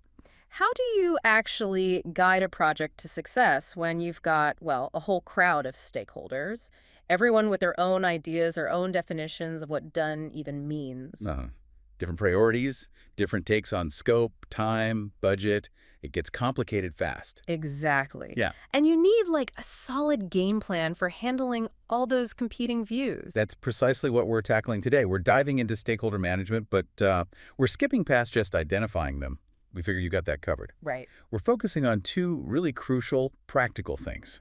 First, how you proactively set and, importantly, keep managing expectations. And second, how to build these really effective closed feedback loops. Closed feedback loops. Yeah, so you can constantly adapt and honestly build trust along the way. Okay, so this deep dive then is about giving you a clear, step-by-step way to do this. From getting everyone on the same page at the start, right through to seeing if your changes actually worked. We're aiming for real, practical stuff here. Let's get straight into it. Perfect. So let's break this down first. We talk about managing expectations all the time, but you're saying there's a key difference between setting them and managing them. What does that actually mean day to day? Yeah, it's a really important distinction. Setting expectations is, well, it's that foundational piece. It's finite. It's where you all get together and agree. What does success actually look like? You know, the deliverables, the quality bar, the deadlines. Okay, the upfront agreement. Exactly. But managing expectations, that's the ongoing job. It's dynamic. It's about keeping everyone aligned as things change, being honest about progress, dealing with risks when they pop up. Which they always do. Which they always do, right. And it's about shaping how stakeholders feel about the project, keeping them bought in, even when things get tough. Okay, so that initial definition phase sounds absolutely critical. If we have to get everyone around the table for that kickoff, what's the number one mistake people make right at the start? The thing that just poisons the well? Oh, that's easy. It's treating the kickoff like a presentation to stakeholders instead of a genuine working session with them. So not collaborative enough. Not at all. The biggest failure is not defining those objectives together and, crucially, not writing down the compromises made. Early and joint definition is key. You define goals, scope, constraints the works collaboratively. And you have to document it. You absolutely have to document it, formally. Project charter, statement of work, whatever works. Make it crystal clear what's in, and just as importantly, what's explicitly out of scope. Right. This is where we need to move past vague ideas and get really specific. How do we make sure those goals aren't just, fuzzy aspirations? How do we lock them down? Well, the standard tool is SMART criteria, right? Specific, measurable, achievable, relevant, time-bound. You apply that rigorously to every major objective. Okay, SMART goals, we know those. But here's the deeper insight. It's about being brutally honest about the constraints and trade-offs from day one. Radical transparency. You got to say, look, the budget is tight, or this tech is complex, or we only have these resources. So managing expectations about the constraints themselves. Precisely. You need to state clearly, okay, we can flex the schedule a bit, but hitting this quality level is non-negotiable. Or maybe it's the other way around. Everyone needs to know the ground rules. That makes sense, but I think the hardest part is when different stakeholders literally define success differently. The finance person wants ROI, the end users want it to be super easy to use. Those goals can clash. They often do. And that's, frankly, where good project management really shines. The practical step is to ask each key stakeholder for their top, say, 3 KPIs. Force them to prioritize. Okay. Then if you see a direct conflict like stakeholder A needs it launched fast, but stakeholder B insists on a feature that takes ages to build, you have to surface that conflict immediately. Don't wait. You have to frame the trade-off. Okay, if we hit that aggressive launch date, the tech debt means feature X will likely be delayed by a month. Which one gives? Everyone has to agree on what done means before you start the doing. Okay, setting the stage is one thing, but projects are long, things get messy. How do we stop that initial alignment from just drifting apart over time? Yeah, that drift is dangerous. It all comes down to your communication structure, your architecture for talking. You need to develop a communication and feedback plan, and you have to be, well, almost ruthless about sticking to it. Consistency is key. Absolutely. Define how often you'll communicate, which channels you'll use for what, and critically, make sure the information you share shows real progress, not just busy work. If you use dashboards, they need to make sense to everyone, executives, engineers, legal, whoever. And it can't just be sunshine and roses, right? We have to be upfront about problems, delays. Oh, totally. That's core to this idea of visibility and early disclosure. Yes, share the quick wins, build that positive momentum. But the moment an issue, a delay, a significant risk pops up, you flag it immediately. No hiding. No hiding. Stakeholders absolutely hate surprises, especially bad ones. If you wait until a risk becomes an actual delay, you've broken trust. But if you spot a risk, flag it that day and say, here are 2 ways we could tackle this, that's proactive management. That naturally leads to changes, like scope creep. We agreed on things up front, but maybe requirements genuinely need to shift. How do we handle that without undermining the whole agreement? It's all about the process. When any change is needed, scope, schedule, cost, whatever you need, to explain 3 things very clearly. 1, the why, what triggered this change. 2, the impact. Quantify how it affects other commitments. Yeah. 3, the plan. What are the mitigation actions? And document. Always. Use your stakeholder register or your engagement plan. Record these shifts. And crucially, after any big realignment discussion, send a written confirmation, a follow-up email, documented meeting minutes, something concrete. It stops that scope creep amnesia 6 months later where nobody remembers agreeing to the change. That documentation is your safety net. But okay, what if you do all this, you're communicating, you're documenting, but the gap between what's happening and what was expected still widens? Then you can't just let it fester. You need proactive resetting. Don't wait for the next scheduled review. Call a specific meeting just to get back on the same page. Be direct about it. Be direct. Bring data. Use visuals. Charts showing plan versus actual trajectory are really powerful here. Make the variance objective, not just a feeling. And if the truth is that expectations now exceed what's possible with current resources, that leads you straight back to negotiated trade-offs. Okay, so back to that trade-off conversation. Exactly, you have to negotiate. Given where we are, which expectation needs to be adjusted, lowered, or delayed so we can get back into balance? And delivering that news, telling someone an expectation just isn't going to be met, that can be tough. How do you handle the disappointment? That's where empathy comes first before you jump to solutions. Yeah. You have to manage the emotional reaction, acknowledge their perspective clearly, something like, I understand the original plan promised X by this date, and I know that's really important for your team. Validate their feeling first. Acknowledge first. Yes. Then you can pivot to the data, explain the situation objectively, and offer alternatives or maybe partial solutions. That structured acknowledgement helps diffuse immediate defensiveness. Okay, that makes a lot of sense. Now this brings us to the next big piece, which you call the engine of trust. We've talked about sending information out. Now let's talk about receiving input. Why are these structured feedback mechanisms so vital, and why do so many projects seem to mess this part up? They mess it up because often feedback collection feels like a box-ticking exercise, like passive listening. not an active commitment to actually do something with the input. Right, just goes into a black hole. Exactly. Structured mechanisms are how you systematically gather, analyze, and most importantly, act on that input, so decisions visibly get better. Honestly, having a feedback channel where nothing ever changes as a result, that's worse than having no channel at all. It actively destroys trust. Okay, so if we're going to build one, what are the absolute must-have design principles? What makes it robust? Well, fundamentally, three things. First, it has to be purposeful. Yeah. You need to be crystal clear on what you're trying to learn. Is it about identifying risks, gauging sentiment, generating new ideas? Define the purpose first. Got it. Purposeful. Second, it needs to be accessible and multimodal. Don't just rely on digital surveys. You need a mix. Surveys are fine, but you also need face-to-face opportunities, maybe workshops, even just phone calls. Different people engage differently. Makes sense. Meet people where they are. Exactly. And third, the absolute killer point. It must be designed to close the loop. People need to see what happens with their feedback. Okay, closing the loop. You mentioned a 6-step process. Let's assume we've collected the input, step 2, and analyzed it, step 3. What are the critical steps after that? Right, so after analysis comes step 4. Decide and act. This is crucial. The feedback doesn't just sit there, it goes into a formal decision process. Someone owns it. Actions get planned and integrated back into the main project plan. This implies you need governance that allows for quick changes based on this input. So it needs teeth. It needs to actually connect to the project management process. Absolutely. But the real magic, the aha moment you mentioned, is step 5. This is where accountability happens. Okay, step 5, what is it? Step 5 is commune back. Close the loop. You have to tell people what you did. Publish something simple, clear, like a "you said we can't, here's why" bulletin. The "you said we did" idea. Precisely. And keep it simple, not some dense report. Maybe 1 page. Visuals, easy to grasp. And deliver it fast, like within 48 hours of the decision being made. That simple act proves the whole feedback system isn't just for show. And thinking about the input itself, we have to be careful about inclusion and ethics, right? Especially if the feedback might be sensitive. Oh, that's non-negotiable. Yeah. It's not a nice to have. It's fundamental. You must offer both anonymous and named ways to provide feedback. People need that choice. Right. Safety first. And think about accessibility. Plain language, maybe translations if needed. Offer different times for participation if you have global teams.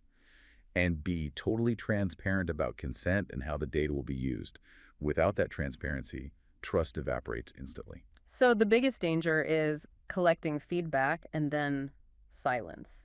And the fix is committing to that "you said we did" bulletin. Exactly. If people feel their effort vanishes, you get feedback fatigue. They just stop bothering.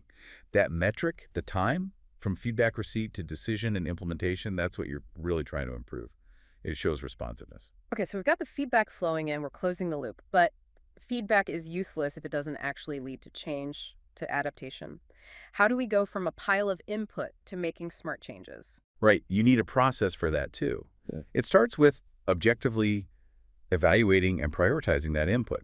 You need clear criteria. Things like, how aligned is this with our main goals? What's the potential impact? Is it actually feasible? Do we have the time, the budget? So scoring it somehow. Basically, yes. And look for themes. If you hear the same issue from lots of different stakeholders, that's usually a sign of a systemic problem that needs attention, high priority. But what about feedback we just can't act on? We can't possibly implement every suggestion. No, of course not. But the reason for not acting needs to be just as rigorously documented and communicated as the things you are doing. Transparency and rejection. Exactly. You have to explain why. We can't do this because it conflicts with regulatory requirements, or it's outside the budget constraints we all agreed on, or it directly contradicts the core project goal. Being clear about the no is just as important for trust as the yes. Okay. But what about conflicting feedback? This happens all the time. Stakeholder A says, get rid of feature X, it's gold plating. Stakeholder B says, we absolutely need feature X for our workflow. Yeah, the classic conflict. First step. Try to find common ground. Can you facilitate a direct conversation between stakeholder A and B? Mediate it. See if they can find a compromise. Bring them together. If that doesn't work, then you have to fall back on weighted decision criteria.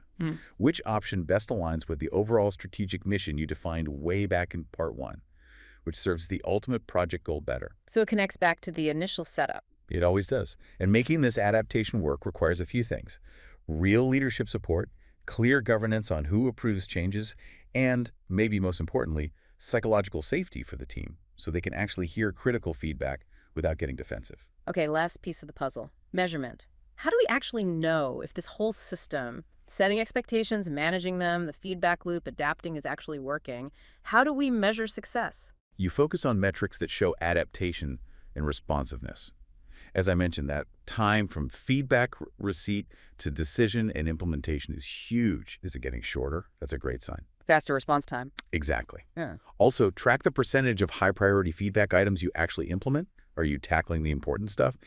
And look for a reduction in recurring issues. If the same problems keep popping up in feedback, you're not addressing root causes. Good point. And finally, don't forget stakeholder satisfaction. Measure it. Maybe a simple pulse survey before and after you implement significant changes based on feedback. See if the needle's moving. Wow. Okay. That really ties it all together. So the journey is set expectations clearly and do it together. Monitor progress honestly, especially the bad news, and adapt systematically using that closed-loop framework, making sure everyone sees the connection. That's the essence of it. This kind of structured engagement isn't just about ticking boxes or keeping people informed. It's about building genuine responsiveness, a feeling of shared ownership. The structure itself creates accountability. Right. It forces the right conversations. Which leads to a final thought for you, the listener. If we agree that transparency and facing trade-offs honestly are the bedrock of trust with stakeholders, what really happens to your project, and maybe more importantly, to your own reputation, the very first time you choose to bury bad news?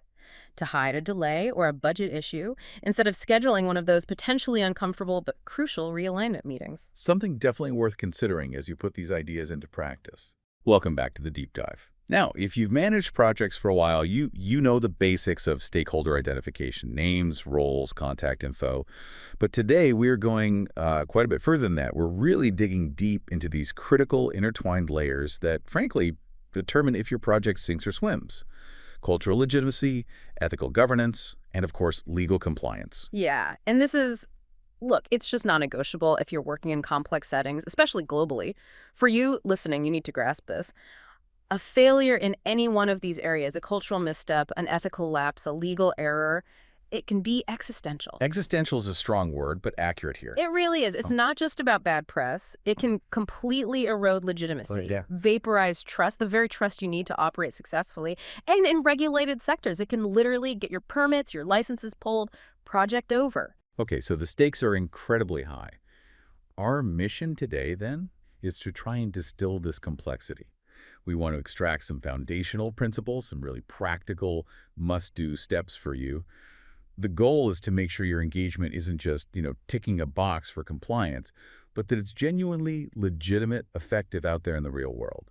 So let's start where engagement really has to begin, the cultural foundation. Absolutely. The cultural piece, it's all about understanding the context you're walking into. Getting this right prevents so many misunderstandings, it builds that crucial trust, and importantly, it boosts the legitimacy of whatever decisions come out of the process, especially when you're navigating different languages, maybe unfamiliar power dynamics, or, and this is key, recent historical conflicts or grievances. Sensitivity isn't just nice to have, it's fundamental. Yeah, and I want to unpack something our sources really emphasize here, this difference between just being culturally competent and practicing cultural humility. Competent sounds a bit like you've finished a course, Exactly, and it can imply you've sort of arrived, okay, I know how things work here. Humility is the active state. It's dynamic. It means consciously recognizing your own biases, personal, institutional, and coupling that with a genuine, ongoing commitment to learn from stakeholders. You're constantly asking, what am I missing here? What's the nuance today? Not assuming you already have the answers based on last year's report. Which links straight back to that fundamental ethical principle that should underpin everything. Do no harm. That's the bedrock. Every single choice about engagement, when, where, how, who participates needs to be screened. You have to think ahead. Could this format cause offense? Could discussing this topic re-traumatize someone? Could this inadvertently create social division? You check before you act. So how do we put that humility into practice? The sources are clear. The first step has to be systematic. We need to map cultural factors early.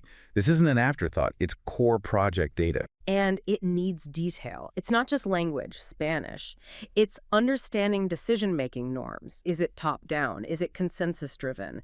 How does time orientation affect scheduling? What are the local taboos? What are the gender dynamics? Who can speak? Who can you speak to? Religious calendars impacting availability, customary leaders who hold real influence, and yes, those recent historical grievances that might still be simmering. Missing just one can derail things badly. Right, and once you have that map, the idea of just rolling out your standard company-wide consultation template looks pretty inadequate. It really does. Which brings us to the next crucial step. Co-designing engagement methods. Okay. You can't just import what worked in London or New York. You absolutely must work with trusted local intermediaries, people the community actually respects, to figure out what formats are appropriate there. Maybe it's small household visits for busy parents. Maybe it's formal elders' councils. Maybe it's specific women-only focus groups to ensure their perspectives are heard clearly without being overshadowed. And the language piece is critical here, too. Oh, hugely. You need more than just translators. You need culturally aware interpreters, people who understand the subtext, the social cues, the political undercurrents. Literal translation often misses the point entirely, sometimes dangerously so. I can see a potential trap here, though. When you're trying to understand a community, it's often easiest to just talk to the most visible leader, maybe the one the government points you to.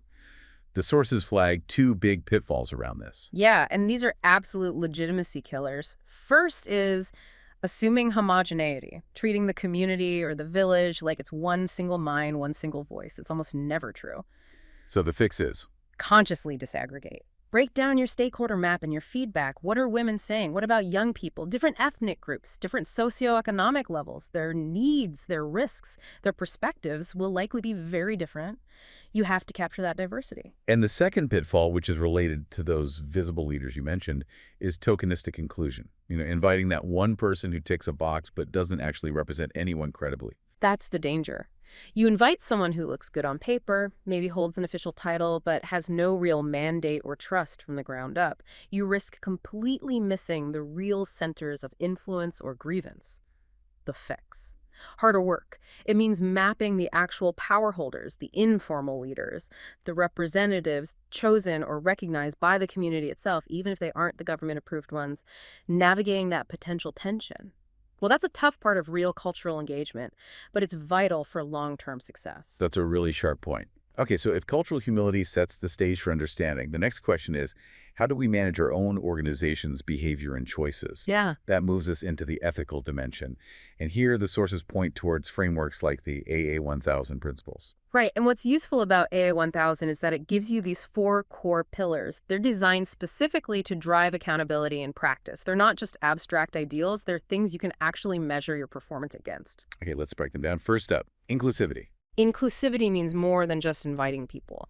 It means making a real effort to identify all the groups affected by your project or decision, especially those who are often marginalized or have less power, the ones who are harder to reach. If they're impacted, ethically, you have to ensure they have a fair chance to participate. Got it. Next is materiality. This sounds like it's about focus, right? Managing resources. Exactly. Materiality is about applying your ethical attention and your limited engagement resources, let's be honest, to the issues that are most significant. Significant both to the organization and to the stakeholders. So, for example, you might need to consciously decide not to spend weeks debating a minor visual impact raised by one group in order to focus resources on addressing a major potential water contamination risk highlighted by another. It's about ethical triage, in a way. Okay. Then we have transparency. Transparency is about clear, honest disclosure. Project goals, yes, but also the constraints you're working under, the known risks, and crucially, the trade-offs you're having to make between different interests. The big ethical failure here is partial disclosure. Hiding the bad news. Precisely. Holding back key facts because you think they'll be unpopular now. That always backfires later. It breeds mistrust and accusations of manipulation. And the final pillar, responsiveness. This feels like where the rubber meets the road.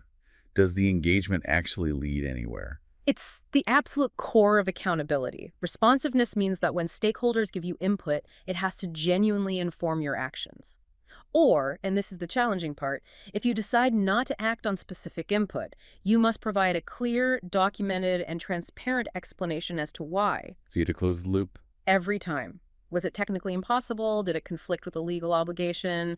Was the cost prohibitive given the budget constraints? You have to provide that rationale honestly. That's being answerable. Okay, moving from principles to practical behaviors.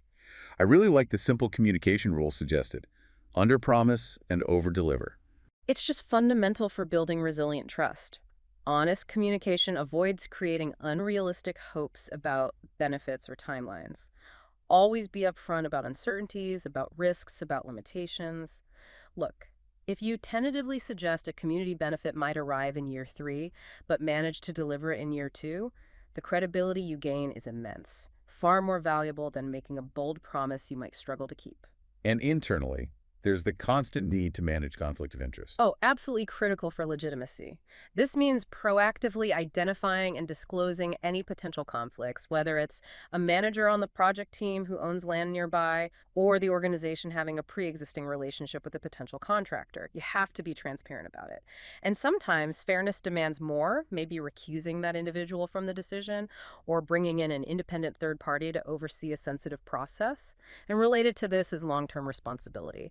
Don't just focus on the construction phase. Ethical practice demands considering the impacts decades out. Right. Community impacts, environmental effects, social changes down the line. Exactly. Okay, so we've got the mindset culture, we've got the behavioral framework ethics. Now let's nail down the structure, the part that keeps you out of serious trouble. Yeah.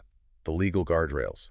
This is where failure can, as you said, literally shut things down. Yeah. This is the sharp end. Stakeholder engagement isn't just good practice anymore. In many contexts, it's a formal legal process. It creates real legal duties and exposes you to significant risks: data protection, administrative law, human rights standards, ESG reporting.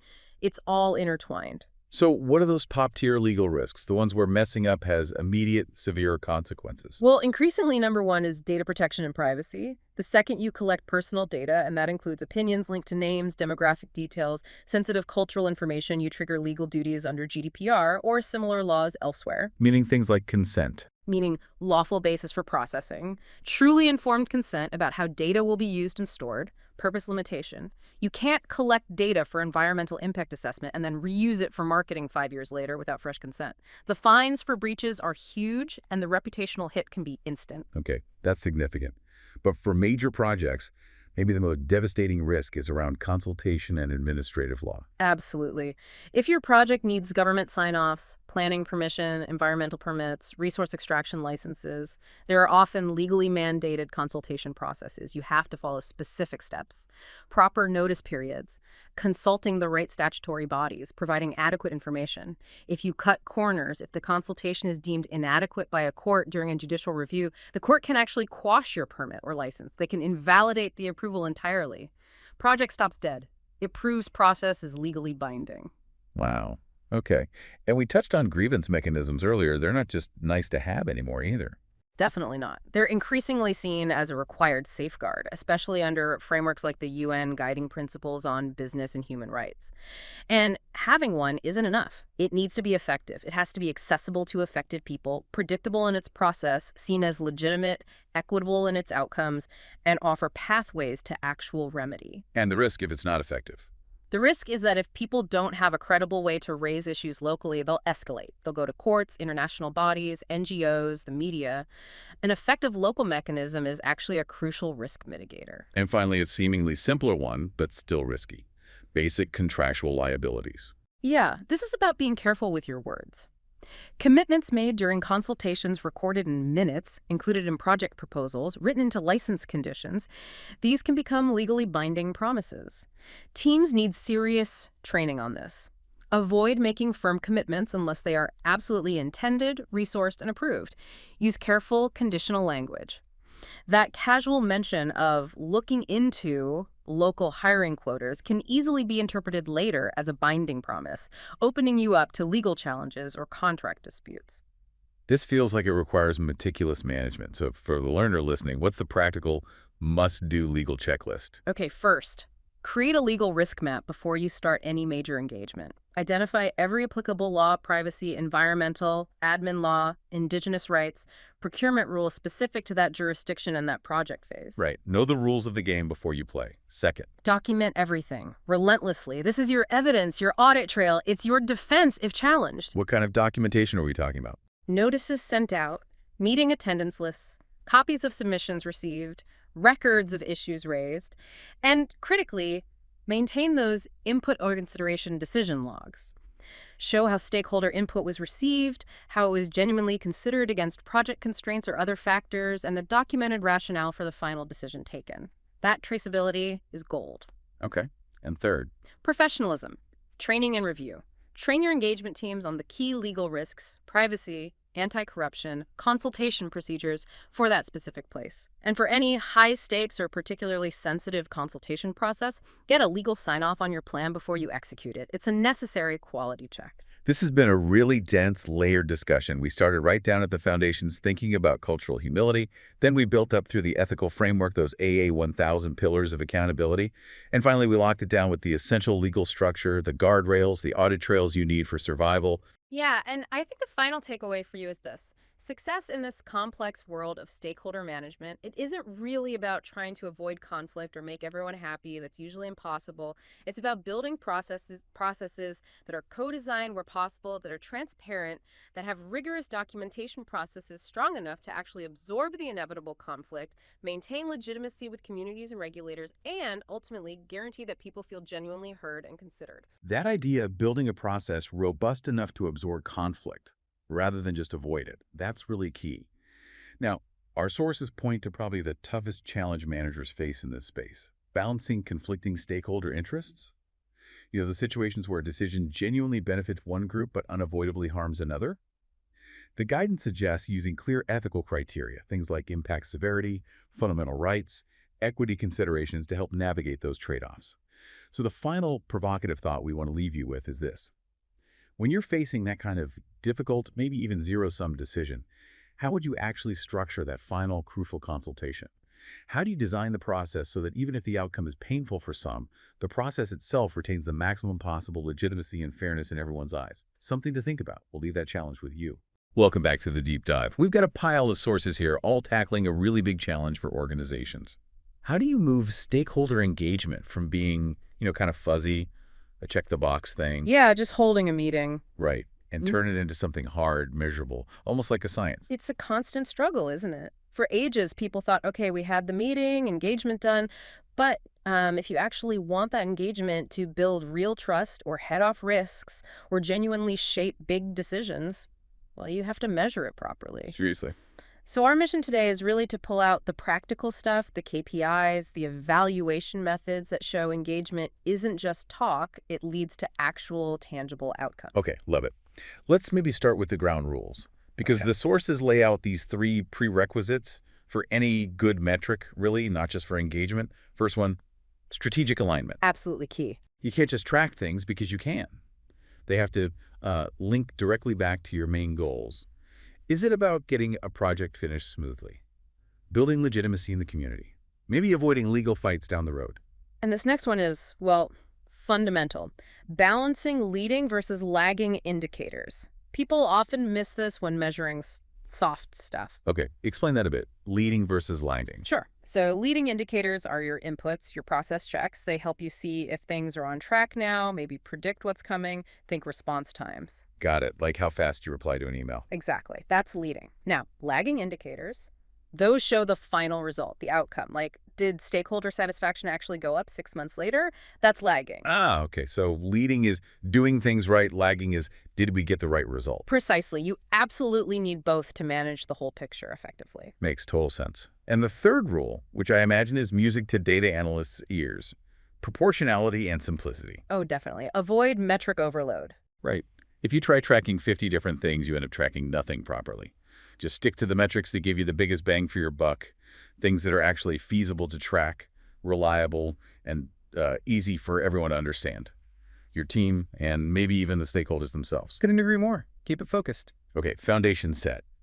Now, this is where it gets really practical. The sources dive into 9 specific categories of KPIs for that day-to-day monitoring, keeping a pulse on things. Right. And let's think about what these actually tell us about the relationship with stakeholders. We usually start with the basics, the scale, reach, and participation. So how many people, basically? How many, yes, but also crucially, who are they? What's the demographic mix? How many different touch points did you have? And the point there is spotting the gaps, I guess. If it's always the same loud voices or only the easy-to-reach folks showing up. Exactly. You immediately see if your process isn't inclusive. If you're missing those marginalized groups or maybe some really critical technical stakeholders, it shows you who isn't in the room. Okay, so beyond just counting heads, how do you measure if the interaction was actually any good? That brings us to engagement depth and quality. This is where you separate sort of superficial bikes checking from real, meaningful exchange. How do you measure depth? Well, one way is looking at the repeat engagement rate. Are the same key people consistently coming back? That Yeah. suggests they see value, right? Sustained interest. Okay, that makes sense. What about the quality of the feedback itself? That sounds tricky to put a number on. It is tricky, no doubt, but you have to try. You need to differentiate shallow input, like just clicking agree on something, from comments that are genuinely actionable, the ones that make you really think or might even require a policy change.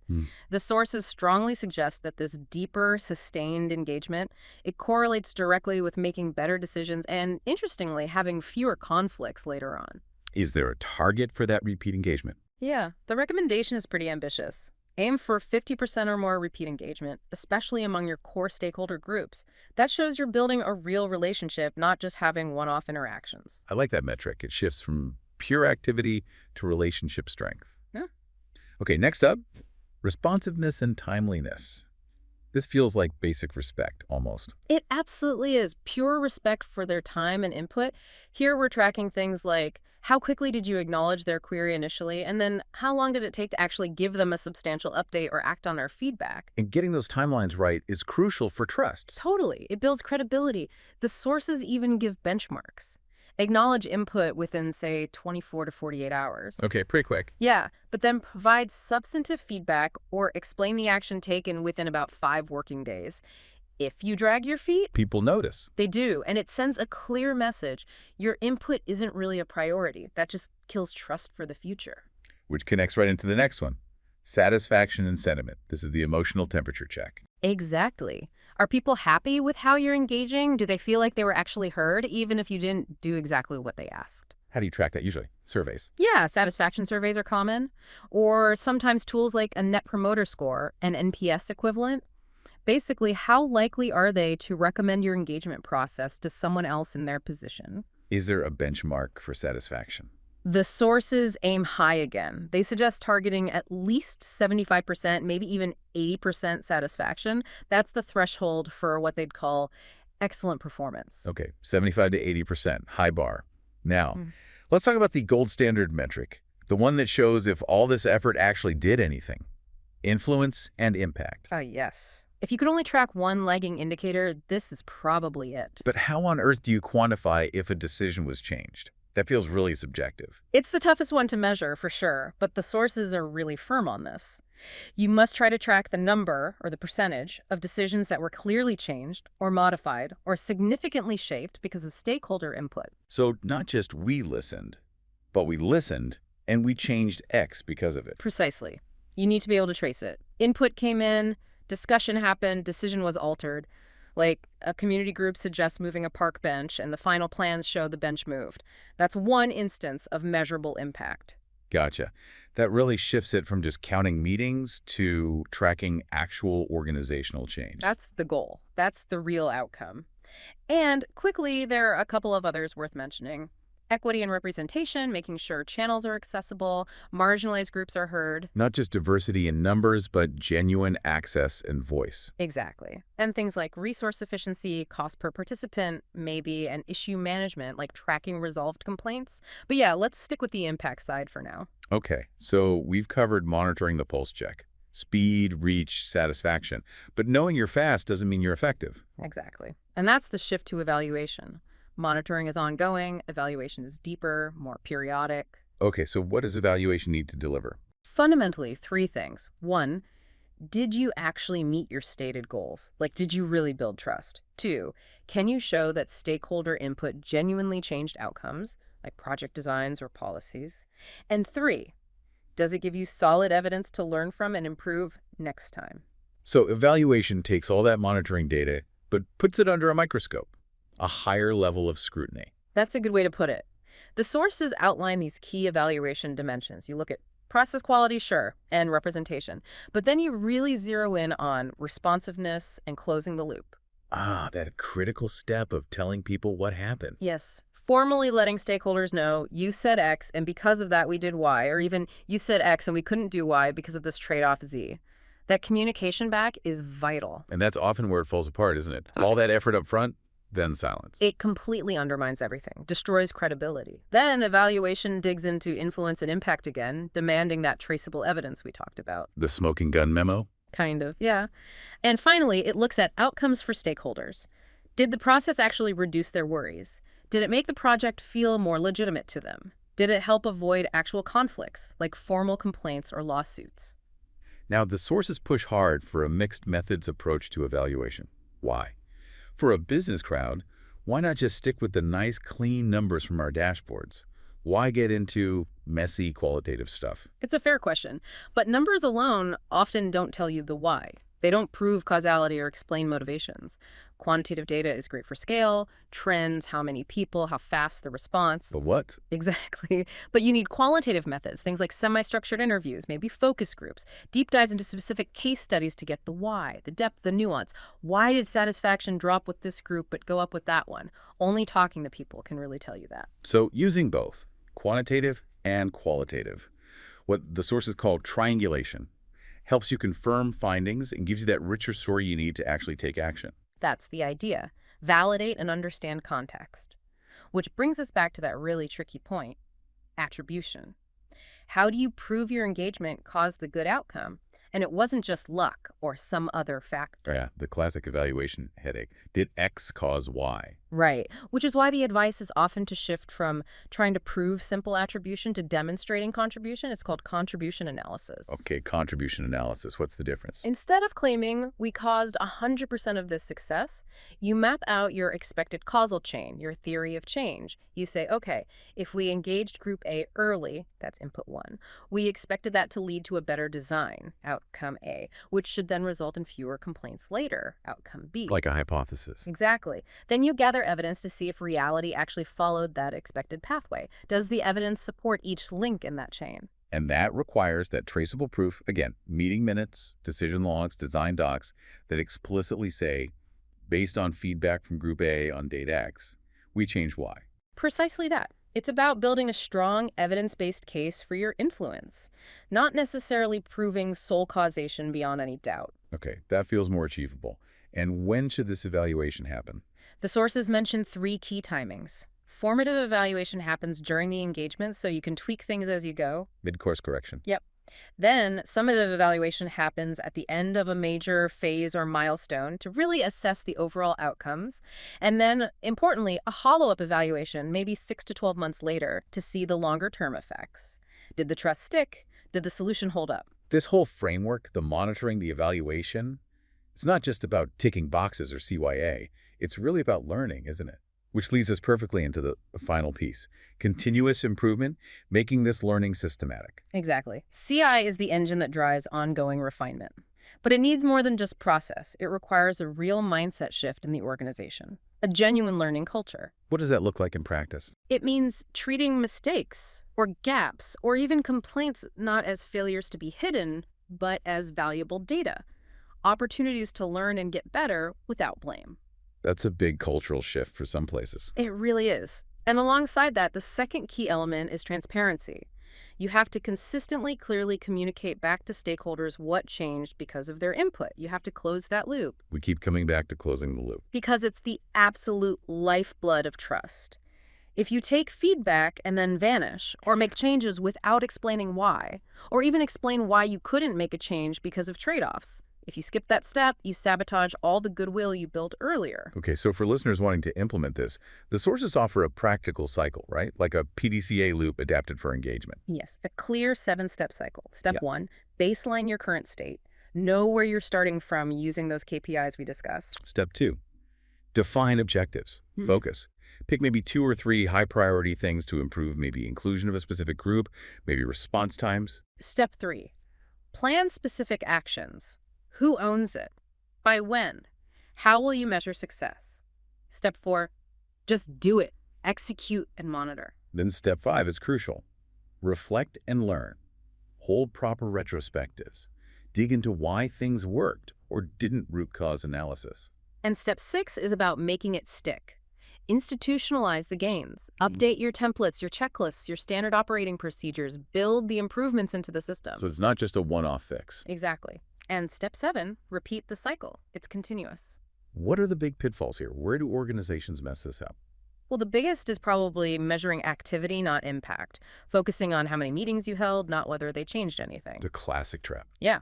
Another huge one is failing to close that loop. We've hammered that point, but it's critical. Ignoring the qualitative feedback, just looking at numbers, is another, and maybe the most fundamental. Treating CI as extra work when people are busy instead of a core part of everyone's job, supported from the top. If it's not embedded, it won't happen consistently. Pretty much. Wow. Okay, this has been a really deep dive. We've gone from stakeholder engagement as this kind of vague ideal to a really structured, almost engineered process. 9 KPI categories, a robust mixed methods evaluation framework, and this continuous improvement cycle. Yeah. All aimed at making engagement, sustainable, fair, and actually impactful. Absolutely. It lays out what best practice looks like, moving beyond just talking at people to genuinely working with them and showing the results. So to wrap up, you mentioned leaving our listeners with a final provocative thought from the sources. Yes. So think about the ultimate level of trust and transparency. The sources suggest that truly mature organizations should consider practicing radical transparency by actually sharing their engagement performance metrics directly with stakeholders, with the public. Whoa, sharing the metrics themselves, like publishing your internal dashboard. Imagine that. Publishing your scores for influence and impact, or your average response times for everyone to see. That completely changes the power dynamic, doesn't it? It puts incredible pressure on the organization to perform. It forces accountability. It forces you to actually be good at engagement because your results are out there. It moves the entire conversation beyond just did you participate, straight to did your participation actually make a difference. So the final thought for you, the listener, is how would sharing your own performance data, the good, the bad, the improving, how would that transform your relationship with your stakeholders? That level of openness. That commitment could be the most powerful trust-building tool you have.